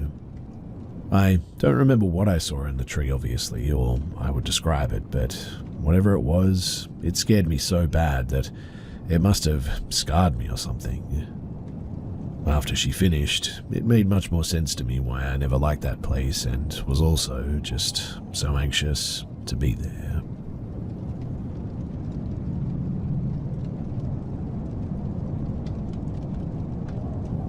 I just got back from a mini vacation with my wife in Pigeon Forge, Tennessee. The cabin was in a populated area, but hidden from the road on top of a hill. My first impression was that it was a little bit eerie, but I brushed it off and assumed that it was just because of the horror movies that I'd recently watched. The energy inside felt a little bit heavy, but nothing that I couldn't handle. I'm very sensitive when it comes to paranormal energies, and I've lived and worked in haunted places all of my life. This cabin was different though. The dark energy was overwhelming, and I didn't sleep until daylight for the 3 nights that we were there. In the end, I had to sit in the living room where I saw shadows and the cord on the wall-mounted phone swing and suddenly start and stop again. There were banging noises and also the sounds of someone walking through the hallways. Also, I could absolutely not take being in the bedroom. It was filled with mirrors. My wife would wake up every morning at around 3 a.m. and be unable to fall back to sleep. The 3rd night, I couldn't take it anymore. The dark feelings almost had me in tears and an anxiety attack. So we left the next evening, taking a loss on our last night booked at the cabin. I just hope that whatever it is, that it didn't follow me home.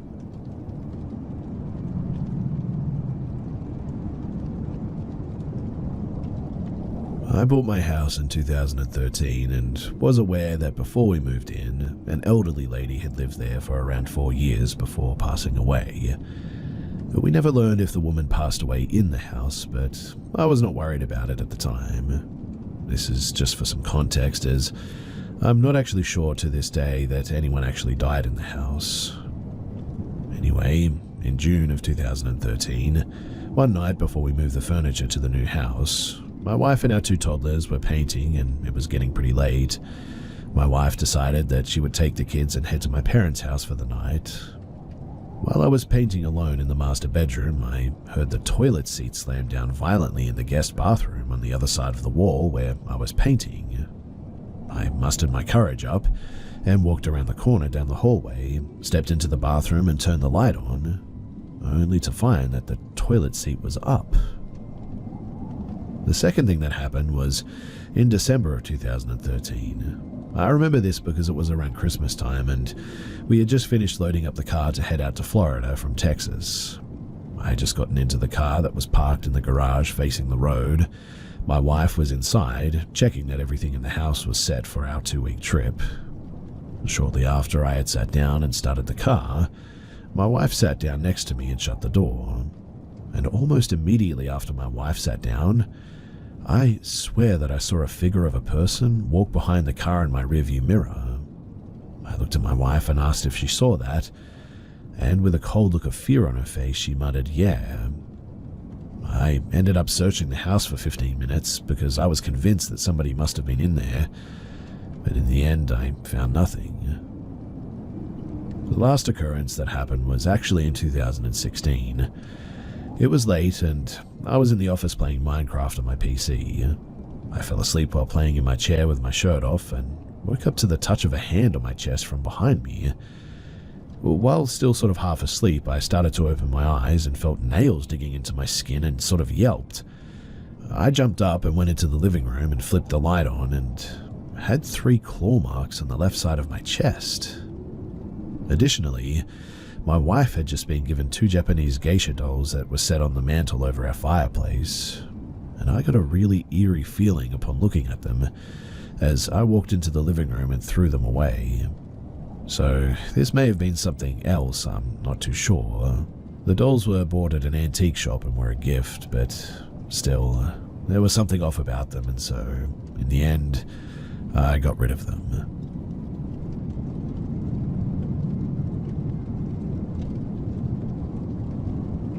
This happened when I was 16. I was staying with my best friend at an old plantation house in Inverness, Mississippi. It had a very old shack out back on the property. We had been on the Ouija board earlier, and afterwards I set a video camera on the staircase, aiming at the Ouija board. After watching the recording, we noticed orbs coming out and back into the Ouija board. I didn't even know about orbs at the time, but I just thought that it was pretty cool. I didn't realize that we'd actually captured something very interesting. Really, I wish that I still had that tape too. Anyway, later that night at around 3 a.m., my friend's nephew, who was about 3 at that time, came out of his room walking in a sort of daze. We asked him what he was doing, and he didn't answer. So we asked again, but said his name. He sort of looks at us and says, "Eyes are not Nicholas, my name is Samuel. I live out back in the slave house." This was not Nicholas's voice too. I mean, he had never heard anyone speak in that sort of slang before. He then turned around and went back to his room and went to sleep. I asked my friend if Nicholas had ever spoken like that, and he just slowly shook his head. We were both pretty freaked out, but not scared. Nothing ever felt really malevolent or anything. I'm 42 now and starting to realize that my life is on a downward spiral to death. It honestly scares me, and I just want to be with my family and friends again after this life. When I start to doubt myself about it just being nothingness, after I reminded myself about what I experienced that night, I always feel a little bit better. It hasn't been religion or anything like that that makes me believe that there's something after this. Instead, it was that experience that night. I know what I experienced, and I know that someone entered back into our reality for just a couple of minutes then. So they had to be, well, somewhere else. And that is what gives me some comfort when I think about death.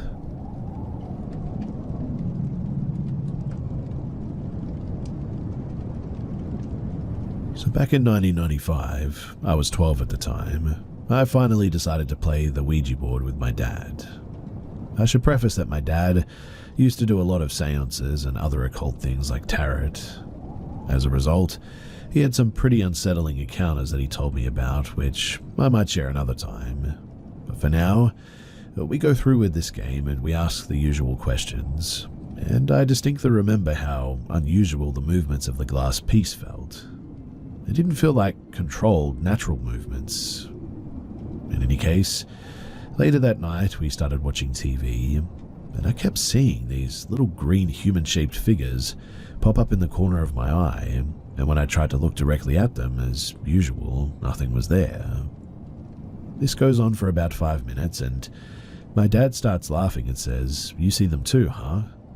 I thought that he was trying to scare me, and so instead of telling him what exactly I saw, I said, "See what?" He laughs again and says, "Those little green guys." This comment was honestly one of the scariest things that I have ever experienced to this day, and afterwards, I have never touched a Ouija board again. That last piece of this story involves going outside with him so he could smoke, and our black inside-outside cat hissed at us and the house and jumped off the van and ran off down the neighborhood and didn't come back until late the following afternoon. He also knew that something was seriously wrong, obviously. People say that Ouija is fake, but depending on who is using it, their openness and location, I think, it opens areas that shouldn't be opened. It's been almost 30 years, and that moment still sticks with me, and I never ever considered that game ever again.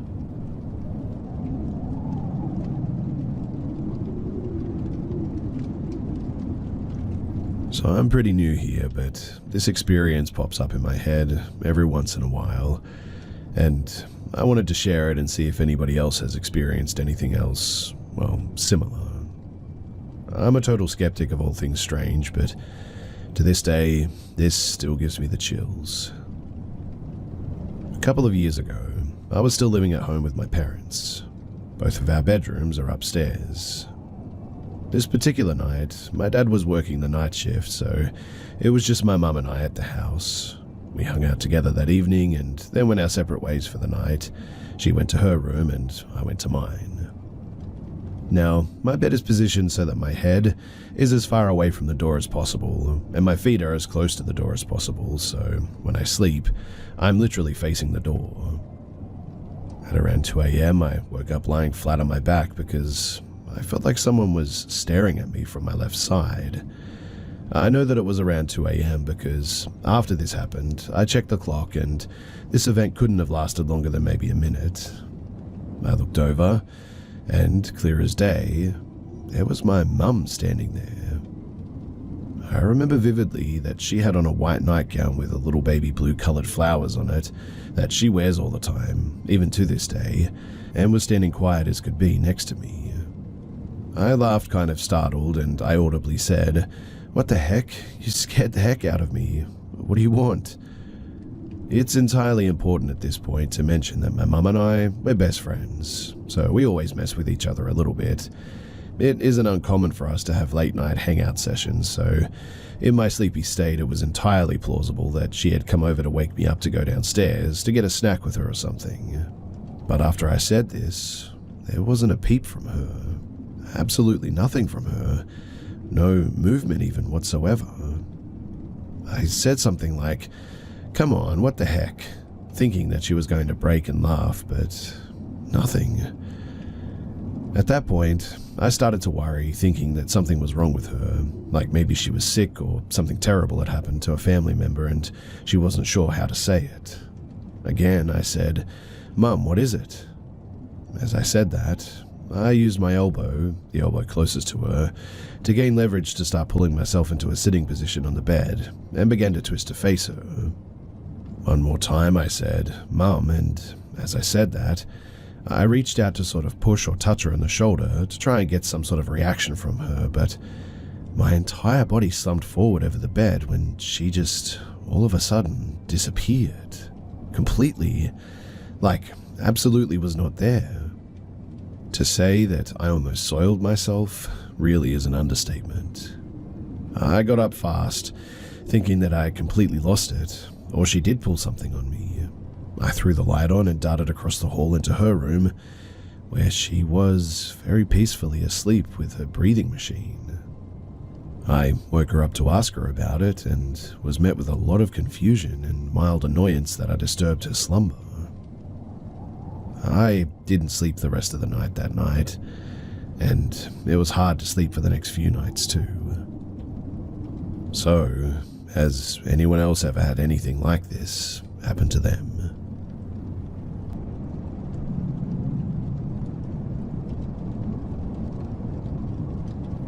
I've reached the point where I can't keep it to myself, and I need someplace semi-anonymous to just get it off my chest so I can move on.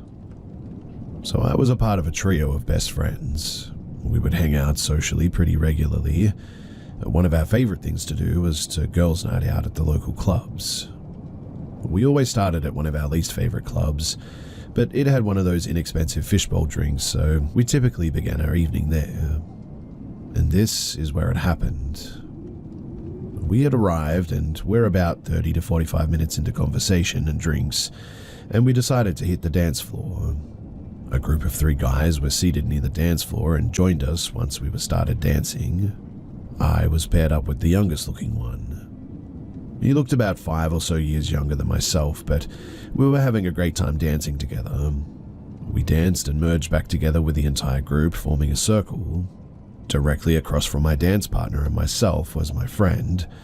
She was laughing and smiling, dancing and enjoying herself, and then it was like, I don't know, a hologram or shifting picture, like tuning an image.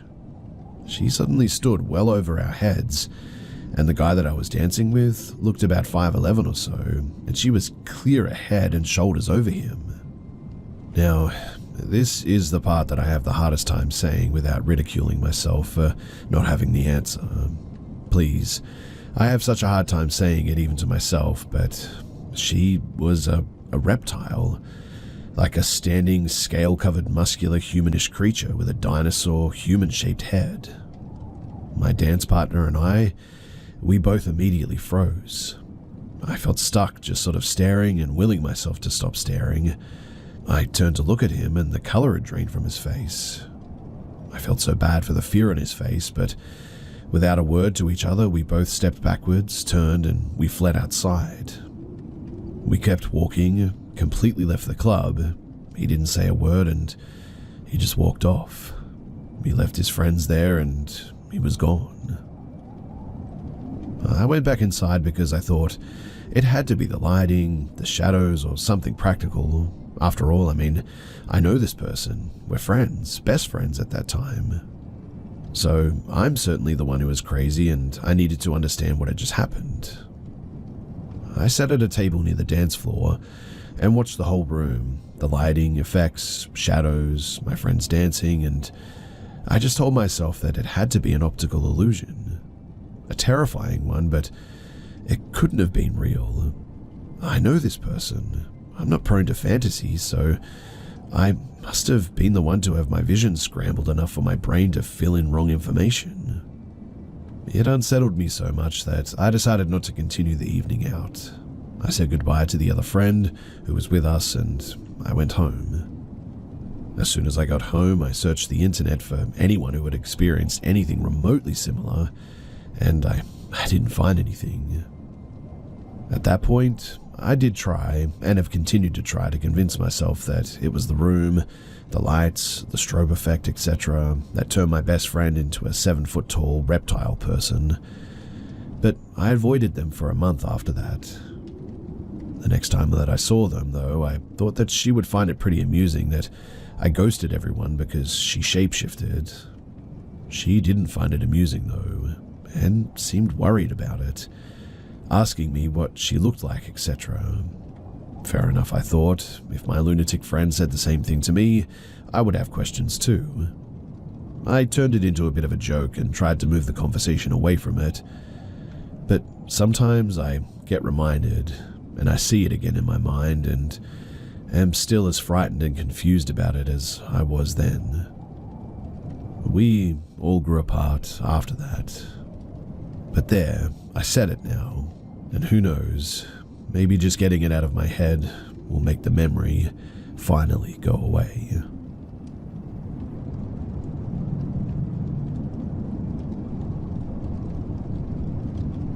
I always had this one stuffed animal growing up.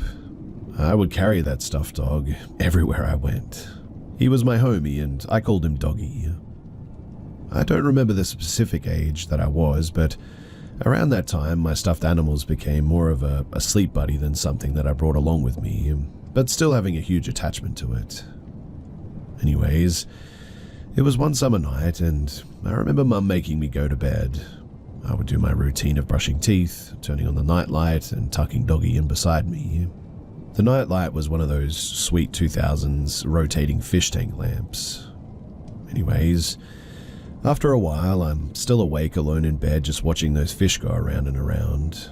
At one point, I remember starting to feel scared, like the energy of the room just sort of dramatically shifted. Trying to distract myself by contently studying the fish and count every time the clownfish circles back, it suddenly turns off, and my reaction was to quickly get up and turn it on as fast as I could. I sit up and then instantly get pulled back down. Suddenly, it felt like my body was restrained with a massive weight, unable to move anything. Laying there motionless, I noticed my stuffed animal slowly rise vertically from the bed. I became absolutely mortified as I see him pause halfway up and slowly transcend into the walls. As Doggy was passing inside the wall, it had an almost ripple-like effect to it. I can't fully explain it, but stray visions of like crimson, orange, and metallic. It was all such an intense feeling of sadness and terror, as I thought that I would never see Doggy again. After that, he was legit gone. I got up panicking, trying to search for him and still unsure of what had actually happened. And that night, I ended up crying myself to sleep because of it. In the morning, I ran downstairs to tell my mother, and I saw Doggy on the counter. My mum was angry because she thought that I'd used her razor blades to shave the stuffed animal. Doggy only had small patches of fur left and looked almost completely shaved. More like all the little fur that he had were plucked out almost. I tried to explain what happened, but it was exactly like a movie trope where the parent is completely dismissive of the kid seeing something freaky. She decided at this point that I was too old for it, that I'd crossed a boundary, and hid him away from me. I was devastated again. Now, a few days later, I get this massive pain in my abdomen, and it's actually unbearable. It gets to a point that my mum takes me to a doctor, which was kind of a big deal to go to see a doctor from our family. I end up getting an x-ray, and they find massive clumps of fur in my stomach. I don't remember what the doctor said, but my mum said that they found a bunch of fur in my stomach, and that was what was causing my pain. I was fine, but my mum thought that I was actually binge eating fur off my stuffed animals, and took them all away. I felt so wronged for that at the time, and I'm still upset about what happened to Doggy and me getting punished for it. I had to switch rooms and slept with my older brother instead, because I couldn't actually get any sleep without another person in the room at this stage. I tell this story all the time now, and I still can't fully comprehend or express it in words that make any sense. I still do have Doggy around, somewhere in one of my boxes. He is definitely aged a bit and is a bit raggedy, but still looks pretty good for coming back from, well, hell.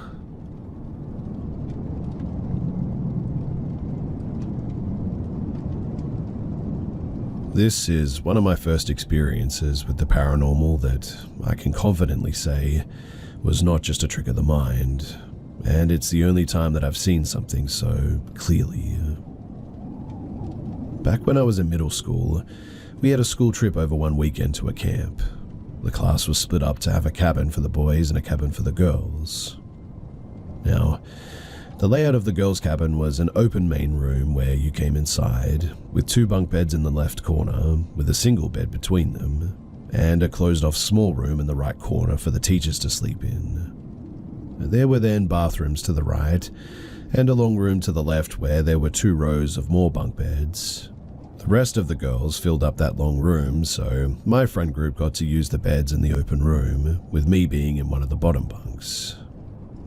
The first night went as you'd expect to, staying up late, laughing and just messing around, then passing out for the whole night. The second night was a bit different though. We were all asleep by midnight, but I ended up waking up sometime later. I used my flip phone to check the time, and it wasn't long after 2 a.m. I sat up a bit to stretch and turn over in bed, away from the wall, but once I was almost completely turned over into my other side, I froze. I could see someone standing in the middle of the open room. A boy, pale with short blonde hair, wearing a simple t-shirt and shorts, stood in the middle of the girls' cabin, staring at me. The moonlight from the window between the bunk beds gave me a good view of him, and he looked just like any random kid you'd see at a camp, except he had no eyes. There were just black voids where his eyes should have been. Even still, I can only describe it as he was staring at me, and so I just sat there and stared back. I must have stared at him for a good 15 seconds before I started to slowly reach for the small flashlight that I kept next to my phone on the bed. I never looked away from him as I brought the flashlight up and turned it on. The room was suddenly bright and the boy was nowhere to be found. I turned the light back off soon after, not wanting to wake anyone, but I heard my friend on the bunk above me speak up. She simply asked if I had seen him too, and I replied yeah before turning back over to go back to sleep, facing the wall again. It took a while to fall back to sleep after that, but eventually I managed. And at least we were heading back home that day.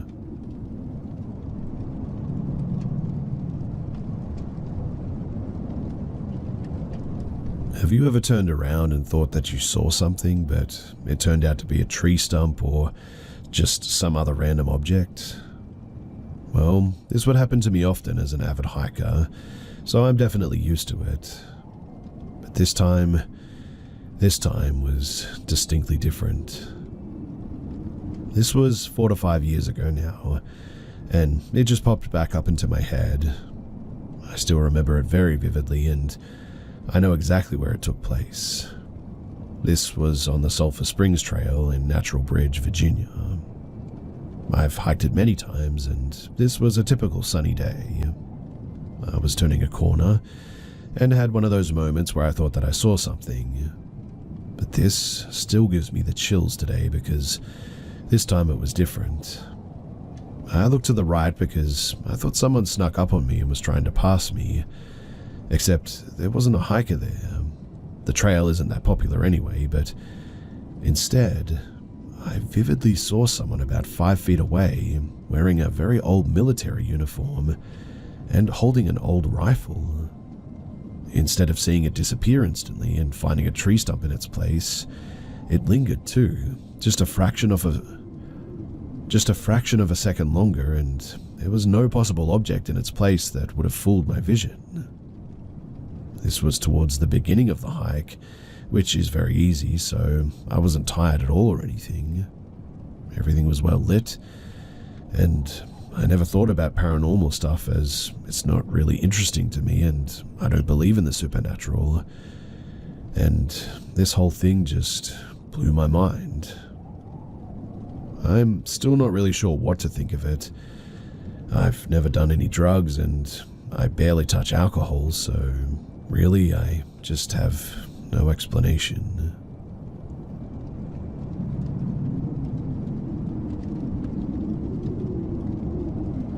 Me and my friend group, around the same age as me, all love one thing: sailing. So in the event of a boat race in a lake in Italy, where we all come from, we decided to participate enthusiastically. Since it was a lake hosting the race, there was a lot of green and campings nearby, and my friend suggested that we spend the night, that we would have to sleep there anyway in one of the campings. So we brought our tents and sleeping mats, and we found the perfect spot eventually, kind of isolated and with a beautiful view of the lake. There was one small issue though. The camping was more like an open space in a little forest, so we were surrounded by trees, with the only way to get out and in a narrow dirt road. We parked the camper there, and us teens prepared for the sleep outside while the adults slept in the camper. We had a ton of fun as well, joking, starting a fire, all the things that you do on a camping trip. When it was time to sleep, we all went into our tents and sort of drifted off into our dreams. Well, I hoped so for my friends, but not for me. I just couldn't sleep that night, probably because of the uncountable number of cokes that I downed just a few hours prior. As I stared at the tent ceiling, though, I started to have this gut feeling that we weren't alone in there, that there was something, or even worse, someone there with us. I tried not to think too much of it, and I tried to get to sleep, until I heard a loud sound of a tree branch breaking, and I wasn't the only one who heard it too, as my friend, who was in the tent with me, suddenly woke up and whispered, "What was that?" I simply told him that it was probably an animal wandering around and broke a tree branch on the ground, as that often occurs in forests like this. As I was explaining this though, my friend signed for me to shut up and listen. It was then that we both heard footsteps. That's what ran through my mind as soon as I heard leaves and branches moving on the ground. And what happened next though was scary. We were suddenly woken up by the camper's anti-theft alarm going off. We all peeked out of our tents just to see a silhouette of a man running away in the woods and a crowbar near the camper's front right door. Thankfully, the alarm went off and scared the thief, because if that didn't happen, most likely all of our belongings that were inside the camper would have been stolen. Or, who knows, maybe something much worse.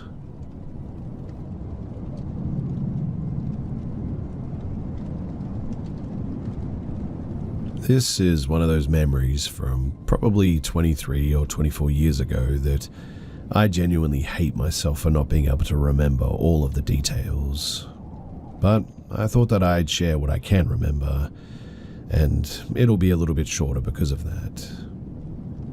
I'm almost positive I was driving on the road where my friend's family had land that we would go camping at when this happened, and that it was either him or another friend of ours in the car with me.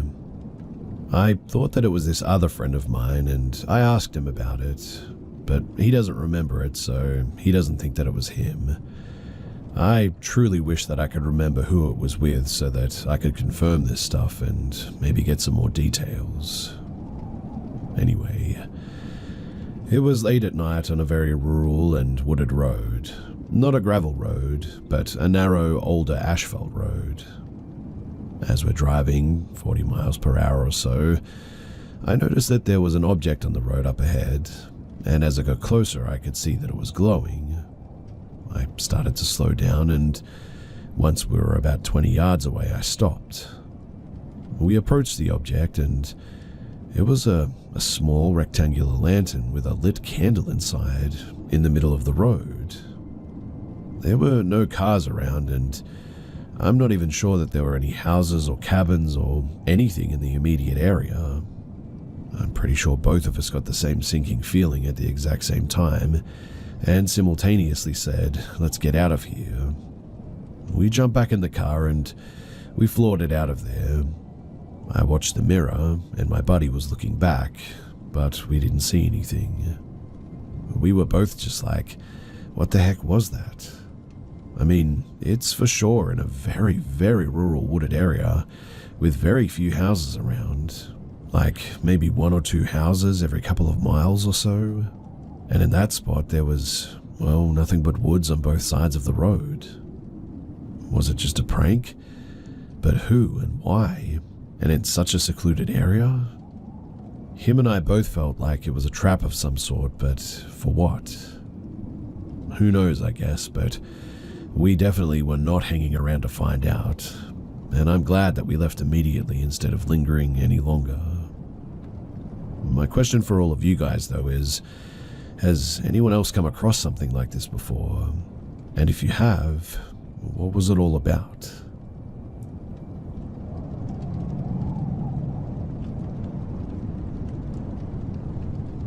So I was at a building, a doctor's office, sitting outside in the smoking section. It's the perfect spot to see inside the building, as all doors and windows are very clear. You can completely see through to the other side of the building, in fact. So, in this way, it's very easy to see people coming and going from either side of the building. While outside smoking, I happened to look up as I saw a lady leaving. I never saw her full face, and because of that, this is why I keep telling myself that it was just someone who looked similar. But from what I saw, she looked exactly like me though. The difference was that her hair was longer, which ironically looks just like mine, except I recently cut it. She also had a sweater that I've never seen anyone own nor wear. I wasn't wearing it that day, but it was mine. And that lady who looked like me, she was wearing the exact same sweater. I even remember contemplating wearing it that very day. I was honestly so caught off guard that I sat in a state of shock for several seconds, maybe even a good minute, trying to tell myself to get up and go to the other side and see who this lady was, or meet her or something. But I had the funniest feeling that even if I ran with all my might, she would be gone by the time that I turned the corner outside. I kept my eyes locked for several more minutes. She was already gone though, walking towards the parking lot area. I stared, waiting to see a car drive by the parking lot on the other side. I guess it was my way of confirming to myself that it was just another person, nothing really weird. Maybe someone just going on a lunch break, you know. I sat though for a half an hour watching, and I never saw her, never saw a vehicle drive by that could have been her. Nothing. Now, I wasn't going to share this, but after last night, it's gotten me more paranoid. My husband and I had our date night, kids with his parents for the night, and we were just drinking and watching One Piece on Netflix at home. And at some point in my drunk state, I went to take the dogs outside to the bathroom. I waited until they came in. Dogs ran into the living room with the hubby, and I decided to lay down in the laundry room on the floor. What's weird though is when I came back, my husband swore that I went to the bathroom and came from that direction. I started giggling, thinking that he was pulling my leg or something, and I said, "No, I just brought the dogs in. I was laying down in the laundry room for a few minutes." We both end up going through our camera footage as we have cams in and outside of the home. And there is video of me going and coming from the bathroom area, but it didn't capture me going to the laundry room. And there was an extra recording of nothing, which I said was when I was on the floor. Unfortunately, you don't see or hear me there, but my husband said that I was in the room with him, and I said that that was the time that I was in the laundry room. We even see where the dogs were coming in from, and it freaked us out. We kept trying to figure out the time frame of everything, thinking that maybe I drank more than I thought, and I'm just getting my time mixed up. We got tired though, as it was late, trying to figure it out, and in the end we just headed to bed. As we did, both of our dogs went off barking in the living room and near the front door. And really, the only time that they do this is if someone is walking up or on the property. My pit is very good at knowing someone coming up into the land before they even get to the driveway. So naturally I run to the door, and my husband runs behind me to the door, and we go out to the porch, and, well, there's just nothing there. It was freaky though, because she really never barks unless there was actually somebody there, or trying to talk to you. We actually caught someone trying to jump our fence once, thanks to her, in fact. My husband caught them as they were walking towards it because of her notifying us. Anyway, we ended up locking everything up and we went to bed, only for it to happen again. Just as we lied in bed, both dogs go off and run to the front door. This time my husband gets his gun and goes walking outside with the dogs. One was just searching and sniffing, and our pit kept standing still by the door, as if guarding it and giving gruffs under her breath, almost as if she was saying, "I know you're out there." She kept looking for someone or something, but she never took off. In the end, we found nothing, neither did the dogs. My hubby chalked it up to being random animals and her just having really good hearing. But me, I'm getting paranoid. I guess I'm hoping people will tell me that I'm making a mountain out of a molehill here, but I don't know. Something tells me that I'm not.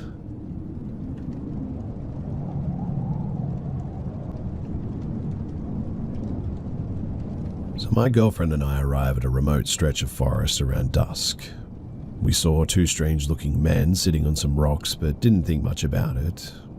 We drove 2 to 3 miles further into the forest, and eventually we set up camp. 30 to 45 minutes later, it was dark at this point, one of the two guys walked up to our camp and yelled, "Hello." I responded, and he asked to walk through our camp. I asked him why, and he said that he needed to reach the other side of the creek. He walked around our car, and once he saw my girlfriend, stopped and asked some strange questions. Eventually, he crossed the creek, walked into some bushes, and turned off his light. I stood at the bank of the creek, watching him, and he just stared back at me for around 5 minutes. He eventually walked away, and it was then that we threw everything in the car and we just left. Also, there was nothing on the other side of the creek that he crossed. No campsite, no trails, nothing. And so it was really weird behavior. I didn't think much about it until he turned off his light and stood in the bushes. And also, something that always plagues my mind is, where was the second guy? There were no other campers at this stretch of forest, and we didn't see any vehicles. We were at the very last campsite on the road, and really there was nothing beyond us.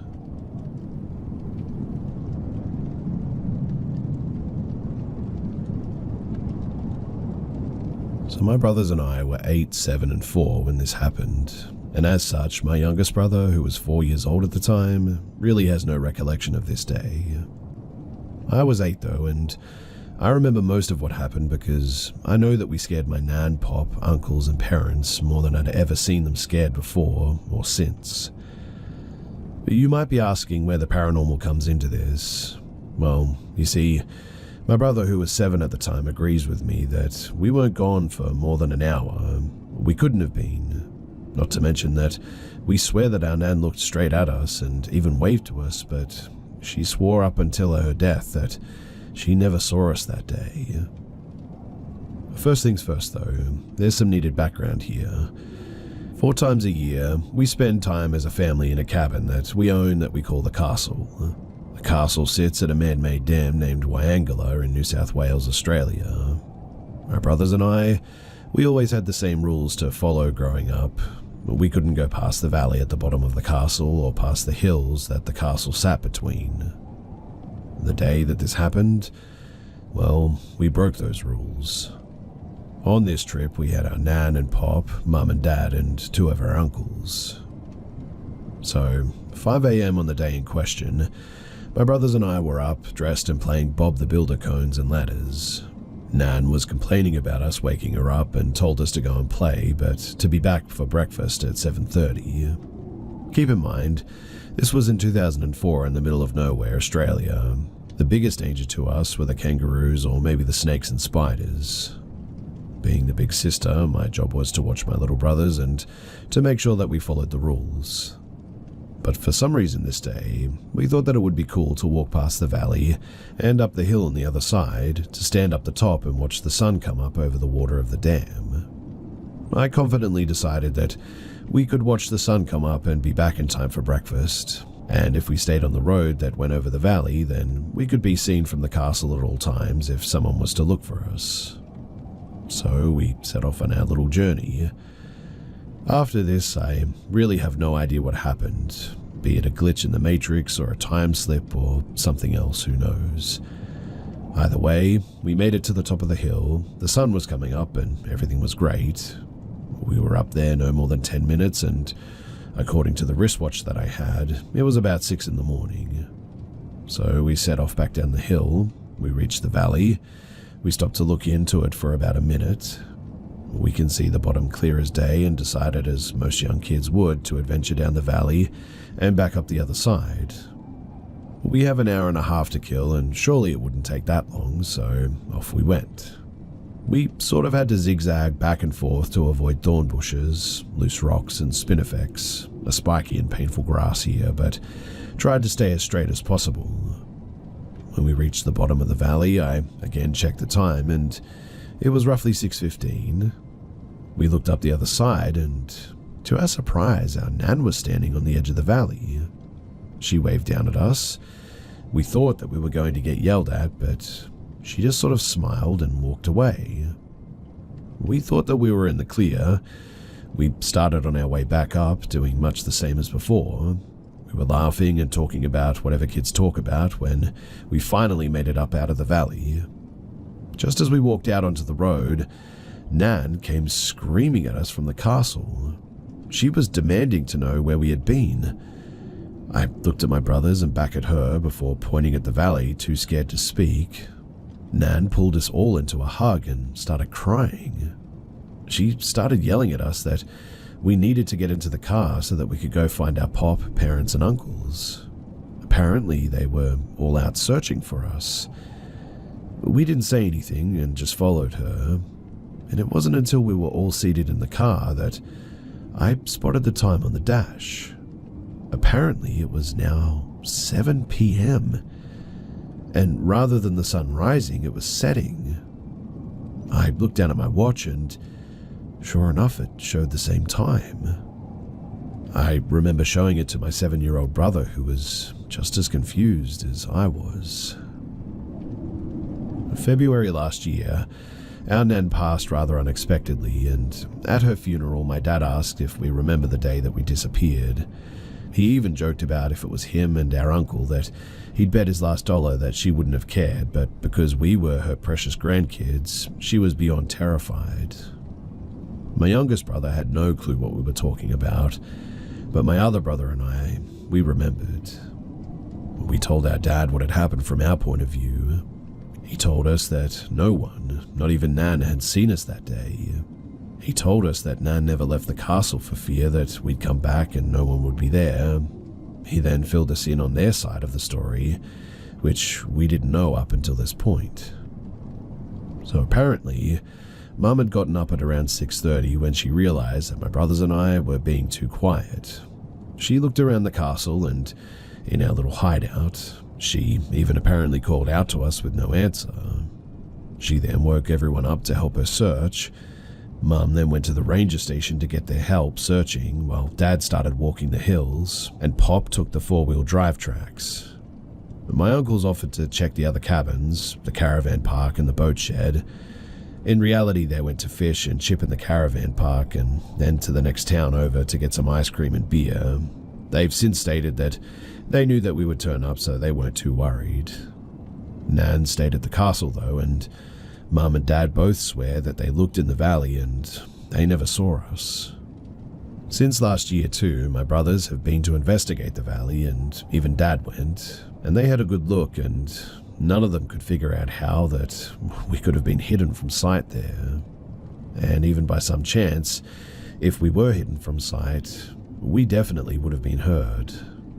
Our youngest brother said that even when our other brother was down in the valley, that he could hear him clear as day talking. Even if we did end up out of sight somehow and out of hearing range, there was no way that it could have taken us all day to walk back up the other side of the valley. We've walked it plenty of times since, and it's only taken us about 30 minutes at most to do it. And obviously, the creepiest thing about this whole thing is, well, who did we see if it wasn't Nan? Because it sure as heck looked exactly like her.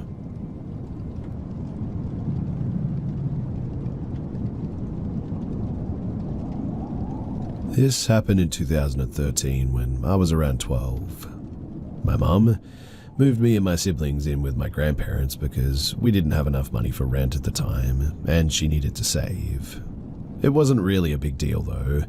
They had plenty of room, and I got to spend a lot of time jewelry making with my grandma, which in my little eyes at the time was such a win that I didn't even realize that we were that poor.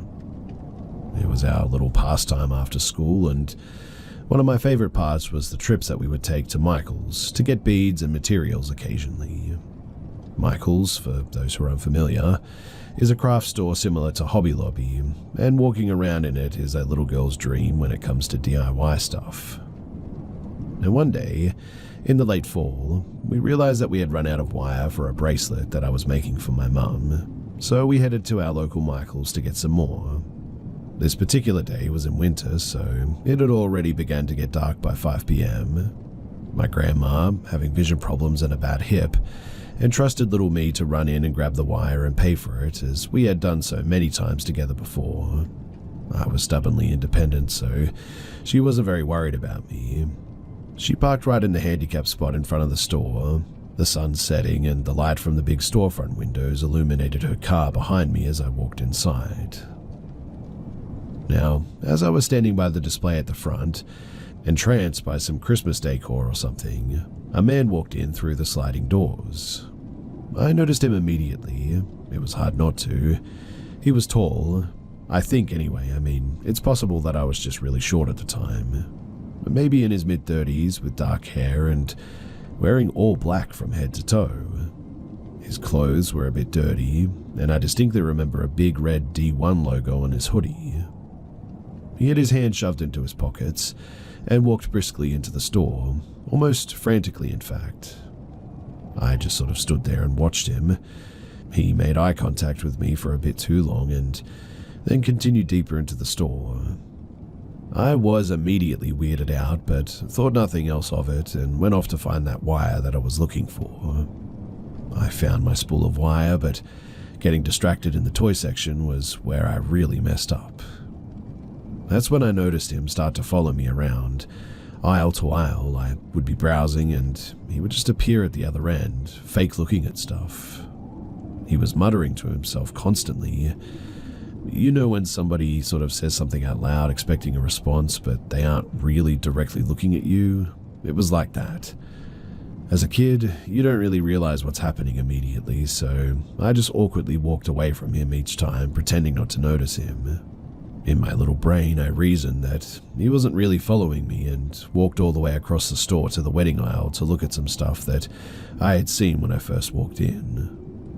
I figured that there'd be no way that he would follow me there, but sure enough, while looking at the invitation cards, I get a spine-chilling feeling.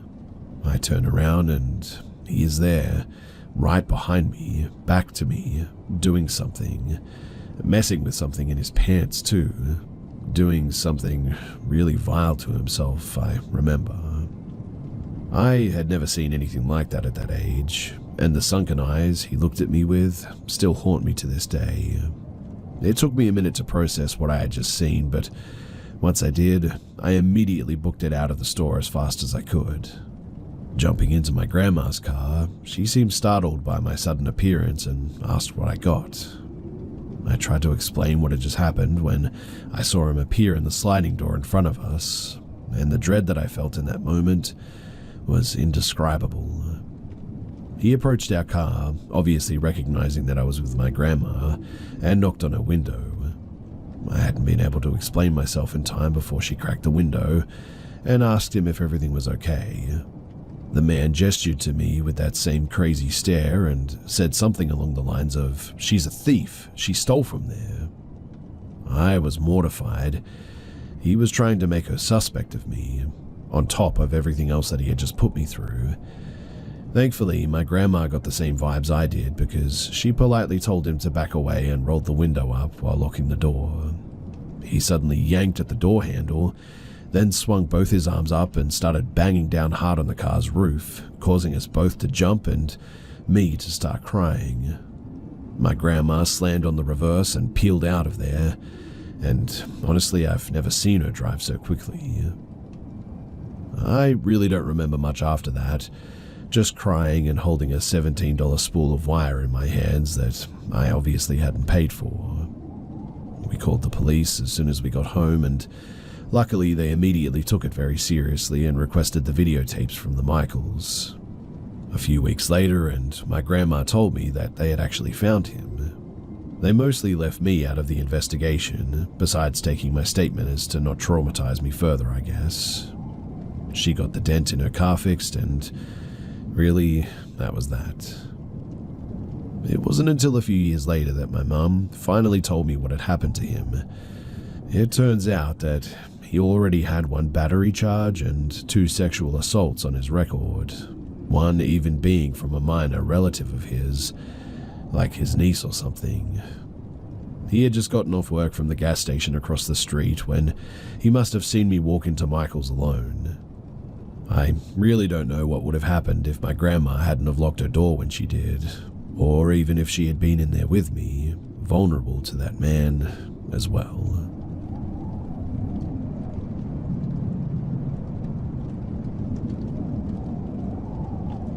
So I dated this man for about 2.5 years and, well, he nearly killed me.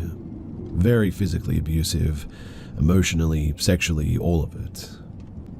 The last time that he hurt me was because I told him that I was moving and I was going to have a roommate. He didn't like that.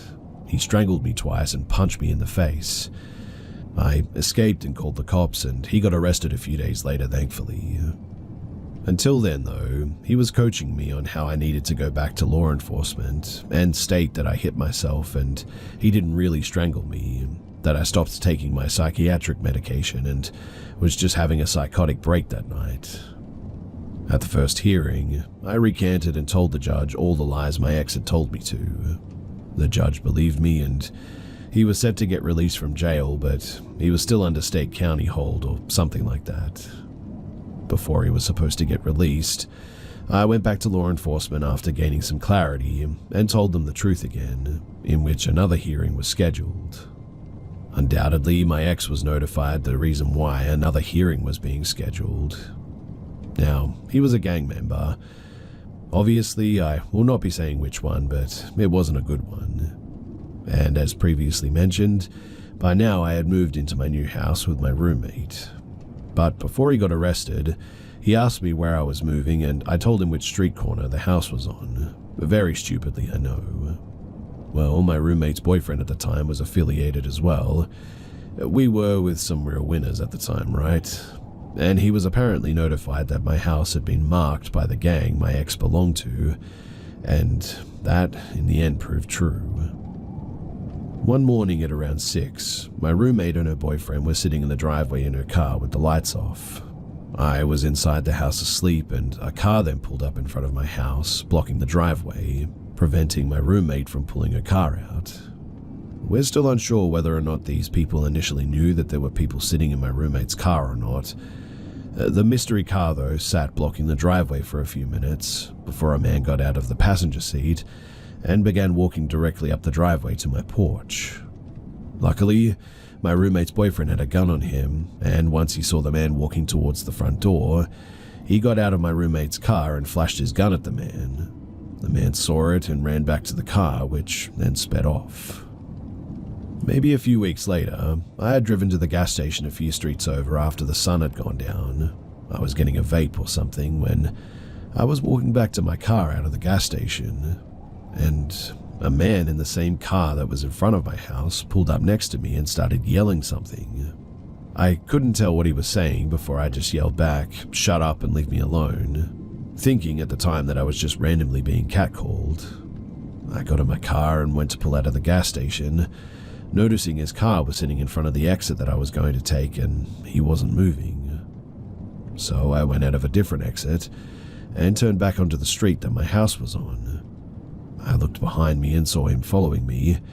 He waited for me to leave before he pulled out behind me and followed me. At this, I started going down different streets and he kept tailing. Eventually, I freaked out and I sped up real fast and made a quick impulsive turn that threw him off my track. But that day, I didn't go home.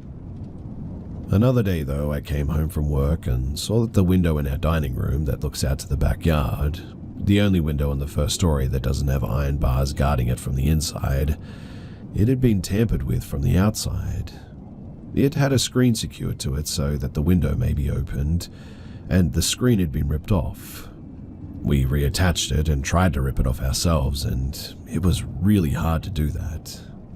My roommate's boyfriend was able to, but we definitely were not strong enough. It would have taken a lot of effort to get that screen off in the end. The last instance that took place, my roommate's boyfriend and his friend had left our house to go on a walk. When they came back, as they were walking back up to my house, they saw two men peeking through the other dining room window trying to see inside. They noticed my roommate's boyfriend as he started yelling at them, asking what the heck they were doing, and they just scurried away. Me and my ex's final hearing happened a few months ago, and I've gotten him locked up until 2036. I think that maybe his fellow gangbangers have realized that a man locked up for the next 12 years is not worth risking their freedom over anymore, and so I have since seemingly been left alone.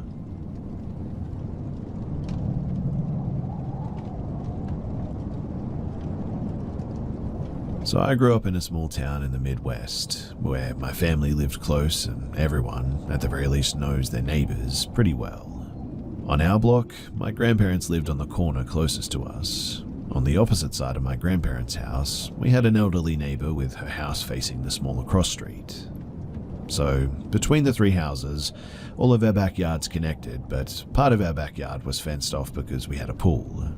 So, to get from my house to the elderly neighbor's house, we would have to walk out our back door and cross into my grandparents' yard, and turn left, walking the outside of the fence, through a wooden garden arch into the neighbor's backyard.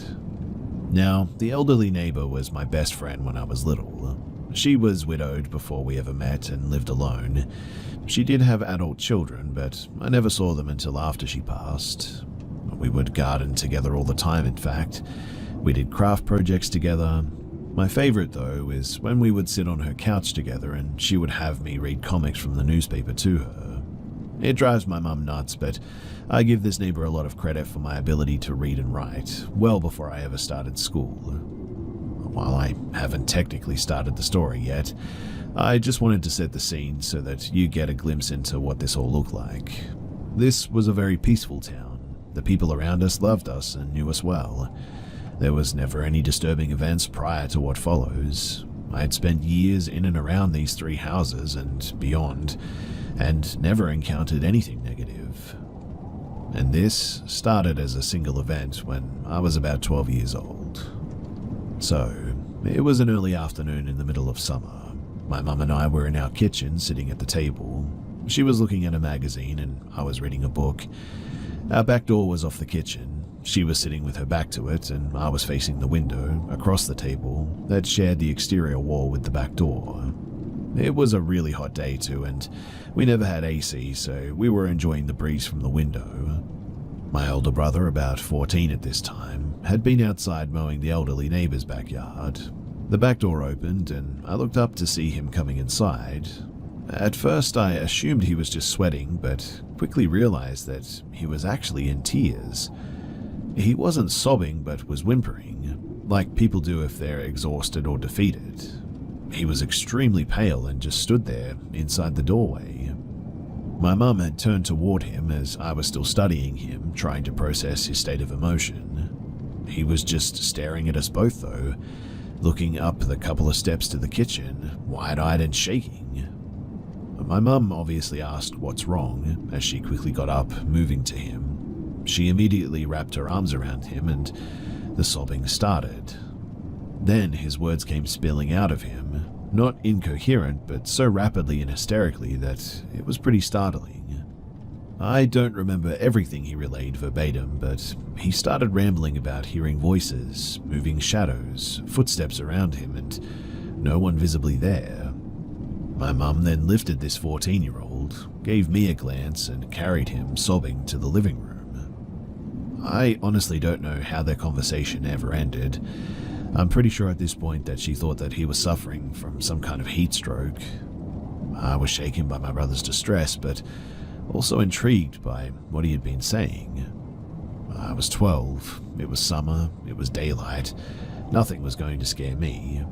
So I walked right out the back door, took the short brick path into my grandparents' yard, turned left, and walked the fence line towards the garden arch. The second that I passed under the arch into the elderly neighbor's yard, I felt instantly nauseous. It was intense, in fact.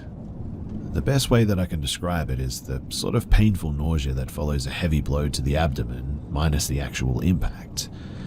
I doubled over, holding my stomach. I immediately noticed the air was heavier and increasing in density, and felt very, electrified almost. It was a lot like standing inside of television static, like every atom was charged and visible to the point that you could see them move as you moved through them. I started to hear footsteps, initially soft thumps on the ground. I could feel them too. This was accompanied by a faint and very cliché sort of maniacal laugh that seemed to be coming from the treetops, like a single voice but from every tree or in the atmosphere itself. Then I kept catching glimpses of shadows that started in my peripheral vision but remained present till I focused on them before disappearing. They didn't have any discernible shape or consistent size, well, yet at least. Still clutching my stomach, I stood up slightly. The footsteps were getting heavier and heavier with every second, to the point that if I were to see a group of giants running circles around me, I wouldn't have been surprised. The laughter kept getting louder until it peaked at more of a sort of shrieking, mocking sound. The shadows were the same, the air was the same. The trees, though, they started shaking. Mind you, there was no wind this day. These were giant oaks as well, some of them almost 5 feet in diameter, and they were shaking like rattlesnake tails from trunk to the very top. As you can imagine, my head was spinning. My senses were all going crazy. I was well beyond terrified and forced myself to ignore the pain, stand up full, and run. I turned and ran back through the arch parallel with the fence and caught more shadow movement near it. I turned to look and saw what seemed to be 4 tall figures, like shadows that were cast into nothing, completely black, no transparency. They had no detailed features within the blackness, but the edges of them seemed like the outline of 7 to 8 feet tall, cloaked bipedal figures. I couldn't see any faces, but I could still tell that they were looking at me. They sort of floated along the ground too, which was the oddest thing to me at the time, moving with me, but were about 20 feet away. Then, one after another, they disappeared into nothing, behind nothing. Well, I frantically made my way back to the house, threw the door open, ran inside to see my mum back in the kitchen. I immediately started telling her everything. She gestured for me to calm and quiet down. I lowered my voice and finished sharing my experience. She asked me not to say anything to my brother because he was also very shaken and would be very upset to hear more about it. He was always the most sensitive out of us all as well. But after that was about it for that day. Within the next year or two, we had moved to a smaller town and a new house, unrelated to these events, mind you. My brother never had any other experiences, my other 2 brothers never experienced anything, and neither did my parents. Those years and beyond up until age 17 for me, though, were very different. I started experiencing this static atmosphere and moving shadow events on a regular basis, starting less frequent and increasing to almost weekly occurrences at a minimum.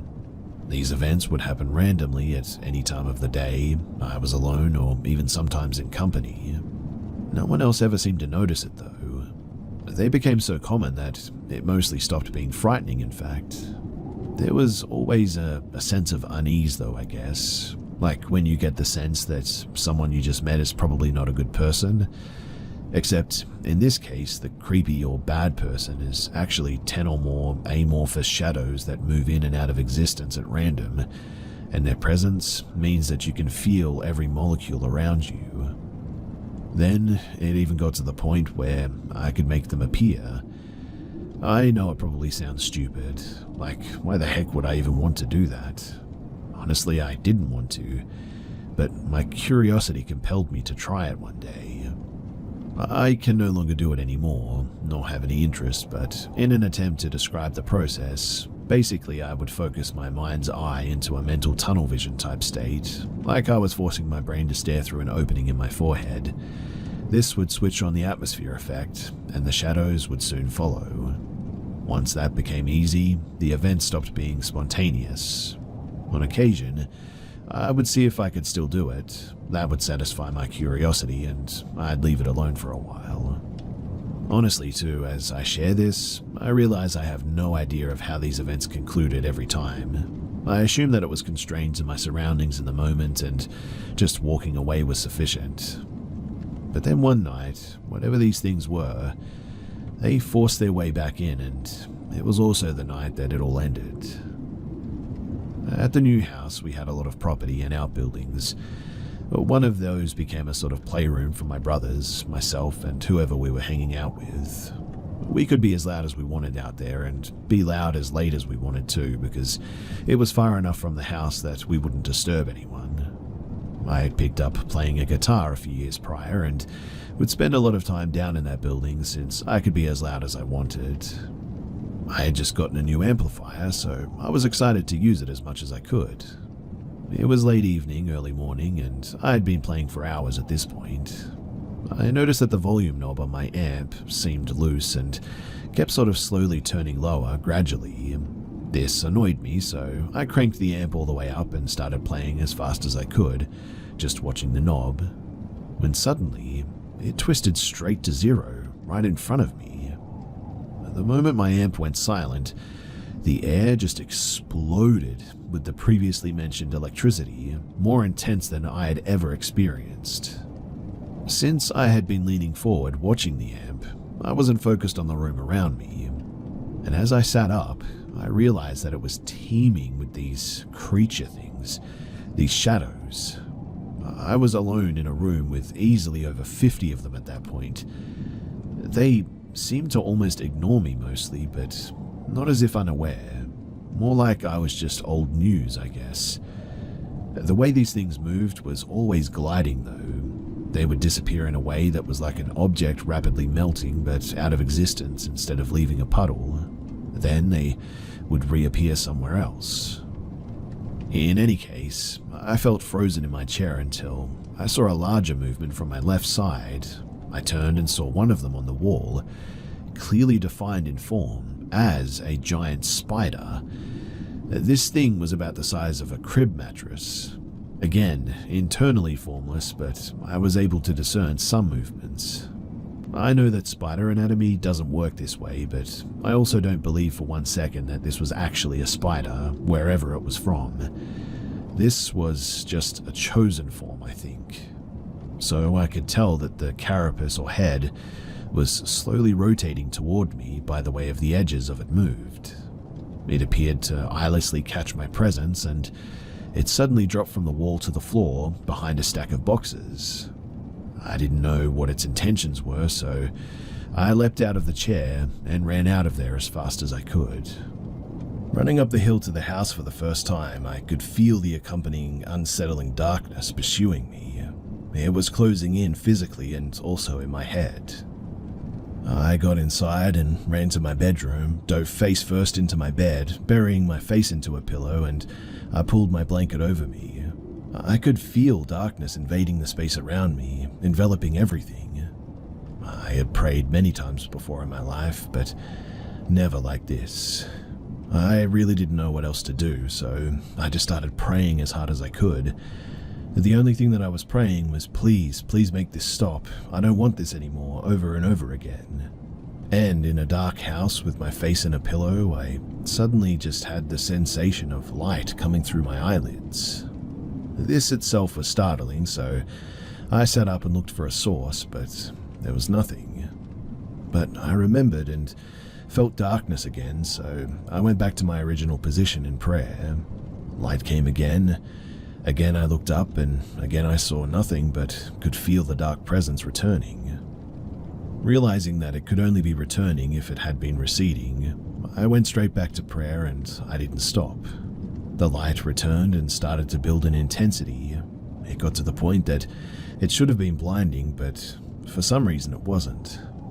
I was also overwhelmed with a sense of warmth. I hate being warm at the best of times, but this was the most comforted that I've ever felt. As the light reached its brightest point, there was also what sounded like a soft roar that came with it, and then it just went out. Everything was dark again, but there was no foreboding darkness anymore. There was no fear, just calm. I remember sitting in my room after that, just sort of looking around and not knowing what to do. Eventually I got up and I think I went to the bathroom, and after that, it just never came back. So yeah, that's pretty much everything, and I've never really told this to pretty much anyone before, but it feels good to finally get it off my chest.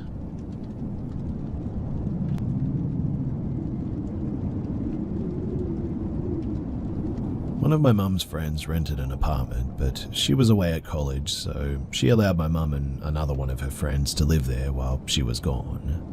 My mum and this other friend lived in the upstairs apartment along with my mum's 1-year-old baby, my older brother. My mum was a teen mum, so would have been about 17 years old. The kitchen walls were made of tin, so it was always freezing cold, but they always felt uncomfortable around that side of the apartment too. There were some strange things that they just couldn't explain. Like, one time they saw their college friend's room looked like it was on fire. It was all lit up really strange and was glowing unlike any light would create. They would hear footsteps coming up the stairs to the house and called the police 5 or 6 times to check the apartment.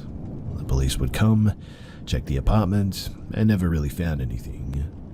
My mum and her friend began to suspect that it was a ghost, so they would read the Bible out loud, which made the footsteps stop so they could finally get some sleep.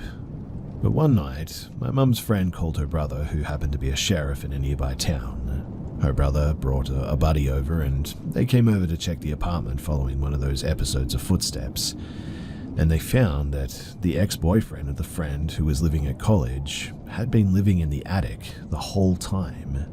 They think that he'd been climbing a tree into their college friend's bedroom and getting up into the attic from her closet.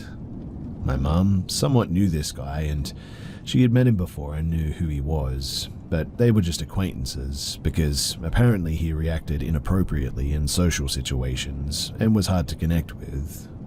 After my mum had moved out of the apartment and into a new one, he once came to visit my mum's new house along with the college friend. After he had left, my mum had discovered that while he was over at her house, he had rearranged my brother's furniture in really strange ways.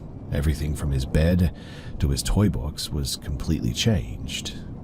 Several years later, he apparently murdered an old lady by shoving her down some stairs in a shopping cart, and it was discovered that he had schizophrenia.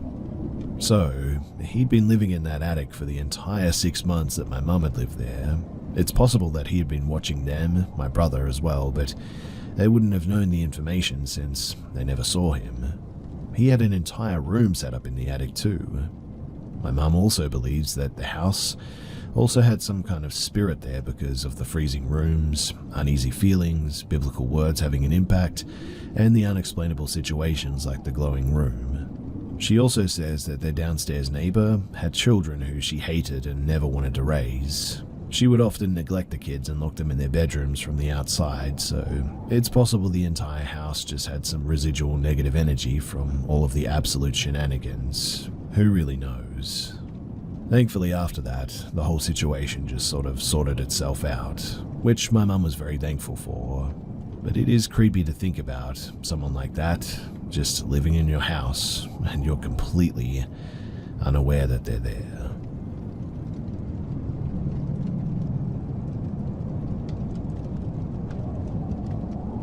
My house has always been a hotspot for strange things. They've been happening for 19 years now. A few family members died in the house when I was like 2 or 3, and me and my mum have seen multiple apparitions. The earliest event that I remember was when my uncle came to visit when I was like 10. He's a diehard skeptic, taking every possible opportunity to explain away any possible event. While I was watching Ghost Adventures with my grandmother, he walked into the room talking about how it was unrealistic and obviously fake. My grandmother asked him why, and he said because ghosts don't exist. He then walked over to the dinner table and a bulb from the light over the table just exploded. He had just replaced all the bulbs a couple of hours earlier too, and there were 3 other bulbs that were completely fine. It was only the bulb closest to his head, which was weird. Another time, my sister had a nightmare, so I was laying on her bed next to her, comforting her. A couple of hours later, I saw a woman walk down the hallway, stop at the door, lock eyes with me, then turn and walk into the bathroom next to the room. Now, usually I would be able to see the light turn on, or at least see the light from under the door, especially at 3 a.m., but I didn't. I asked my family the next day if they went to the bathroom by my room, and they didn't. It isn't the primary bathroom, since they have one in their room and one in a hall closer to the family room downstairs as well. So it would be strange of anyone to walk to the second floor to use my bathroom when there are 2 bathrooms much closer to everybody else. But the next one happens once every 2 or 3 years. So the first time it happened, I was 14 during the summer, before my freshman year of high school. I had been staying up late and sleeping in, as one typically does during the summers. I remember watching Lilo and Stitch and seeing the shadow of a small child standing outside of my door. When I cautiously said hello, it just ran off. I remember a chill running down my spine and every part of my being telling me not to follow it. I've always had strong intuition, so I listened and I just continued watching my movie. An hour or so later, I heard a loud bang. I called out to see if one of my family members dropped something, receiving no response, and against my better judgment, I walked downstairs to their rooms. But they were all asleep. Since I was downstairs, I took the opportunity to grab some snacks, and standing at the back corner of the kitchen was that same little boy. I flipped the light on, seeing him just disappear. At that, I'd booked it out of that kitchen, leaving the light on and going back upstairs. The next morning, and by morning I mean at around 2 p.m., I was making some eggs and my dad asked if I had scratched my leg or something. I said no, and I looked at my leg to see what he was talking about, and on the back of my leg, there was a long scratch with a bit of dried blood around it. It spanned about 12 centimeters just above my ankle, running pretty much vertically at a bit of an angle. It was at that we saged and salted the house that night. We repeated that too whenever I would see it. It came back last month at about 4 a.m. while I was watching Hamilton. I grabbed the jar of salt and my obsidian and evil eye necklace from my closet and drew a line of salt in front of my door and on my windowsill. I saged the house again the next morning, and that was that. I know this must sound weird to other people, but honestly, when you've lived with something like this for years, I guess it's just something that you eventually get used to.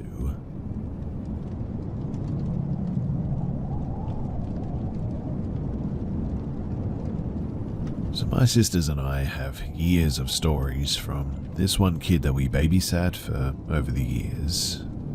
The first event happened when the kid, his name was Liam, was maybe 3 or 4 years old.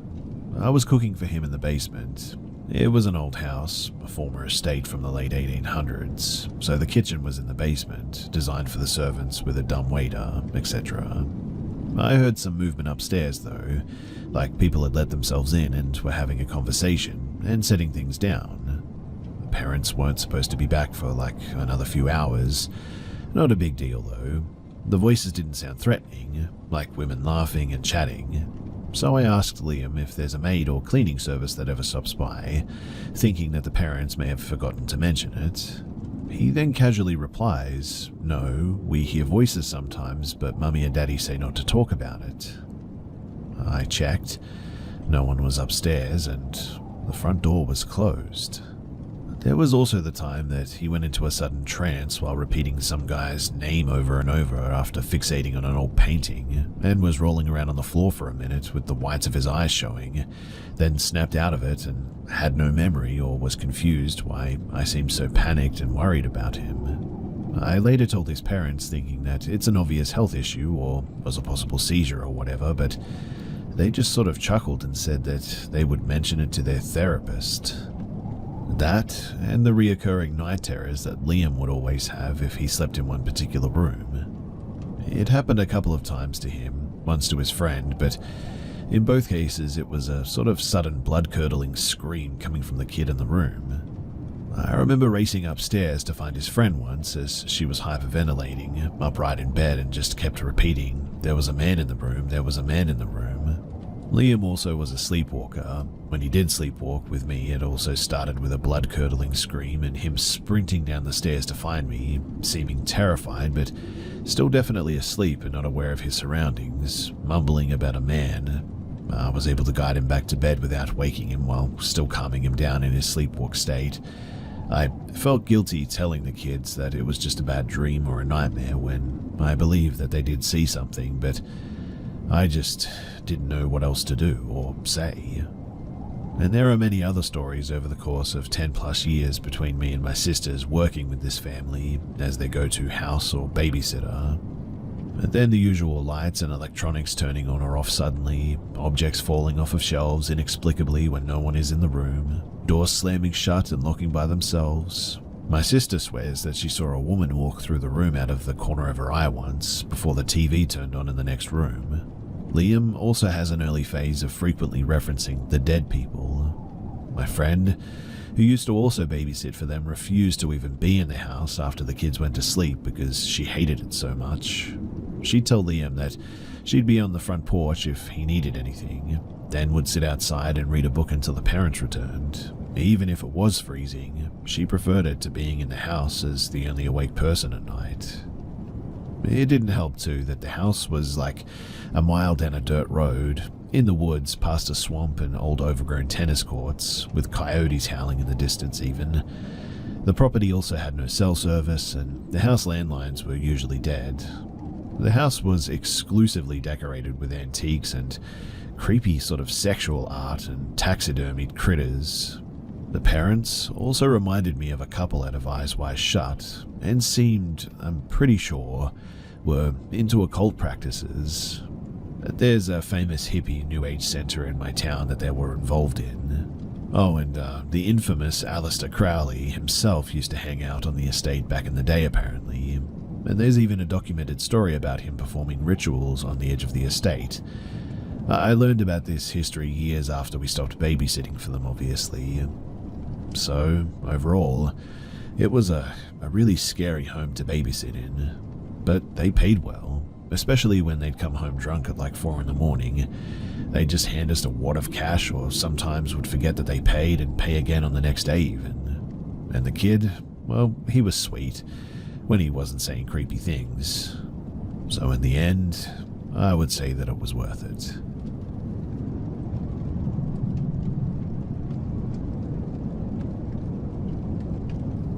I was on vacation with my family when I was about 14. I was in the pool, which had a bar attached, and I was casually talking to this group of British people. I want to say that it was all guys, but I think that I remember a girl with them. Anyway, I started drinking a bit with them. The legal drinking age was 18, but the people who I was drinking with gave me an extra wristband that they had because apparently they were leaving the resort that day and wanted to give it to someone anyway. My parents didn't know about this, obviously, and neither of them knew that I was drinking. But they were clearly a lot older than me, and kept putting drink after drink in my hand, and I was ecstatic because I was, well, getting drunk in a pool in Cancun and out of sight from my mother. They started to try to convince me that one of the guys in the group was 15, and that I should talk to him because he liked me. But even then I knew that he definitely wasn't 15. He also wasn't as old as the others who seemed to be in their late 30s. In hindsight, I'm thinking mid to late 20s. I was young though and just thought that they were joking around with me, but they kept telling me that he liked me and I should go hang out with him. I laughed it off the first time, but they kept suggesting. Keep in mind, this whole time my dad was in the same pool talking to his friend, and he had his eyes on me for almost the whole time. My parents are very strict. He didn't know what I was drinking was alcoholic, and the pool was big enough that you couldn't hear what was being said. At that point, I was totally wasted though, and my first time actually getting seriously drunk like that. I don't even remember leaving the pool with this guy trying to tell me that he was 15, but apparently I was stupid enough to do this because I remember thinking that he was cute. The resort is huge, mind you, and I don't know how I don't remember walking through the whole thing and not remembering it. I often wonder what we actually spoke about. But the next thing that I do remember is walking and approaching a bus stop that was maybe a 10-minute walk from the resort. I know it was 10 minutes because my family and I often went to this bus stop to explore Cancun. He told me that I had a nice body and asked if I had ever had sex before. I just started laughing, and he sat on the bus bench and pulled me onto his lap at this point. My world is spinning, so I don't protest, even though I remember thinking that I wanted to be back at the pool. It was then, too, that something absolutely beautiful happened. I threw up all over him. Remember, I'm on his lap at this point, so it was like right in his face and on his chest and everything.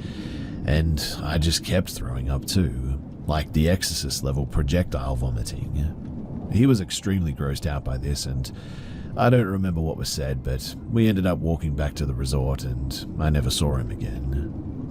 I do remember feeling really embarrassed though, which is ridiculous in hindsight. I wobbled back to the pool area, covered in throw up, where my mum had called the police and her and my dad were freaking out. My mum's piercing voice sobered me up a bit because I remember these parts a lot clearer, even though they're still a little bit hazy. But they saw how drunk I was and demanded to know what had happened, so I told them. Then they got furious. My mum was adamant on finding that guy or his friends who had all disappeared from the pool at this point. I didn't really see what the big deal was back then and why she wanted to find them.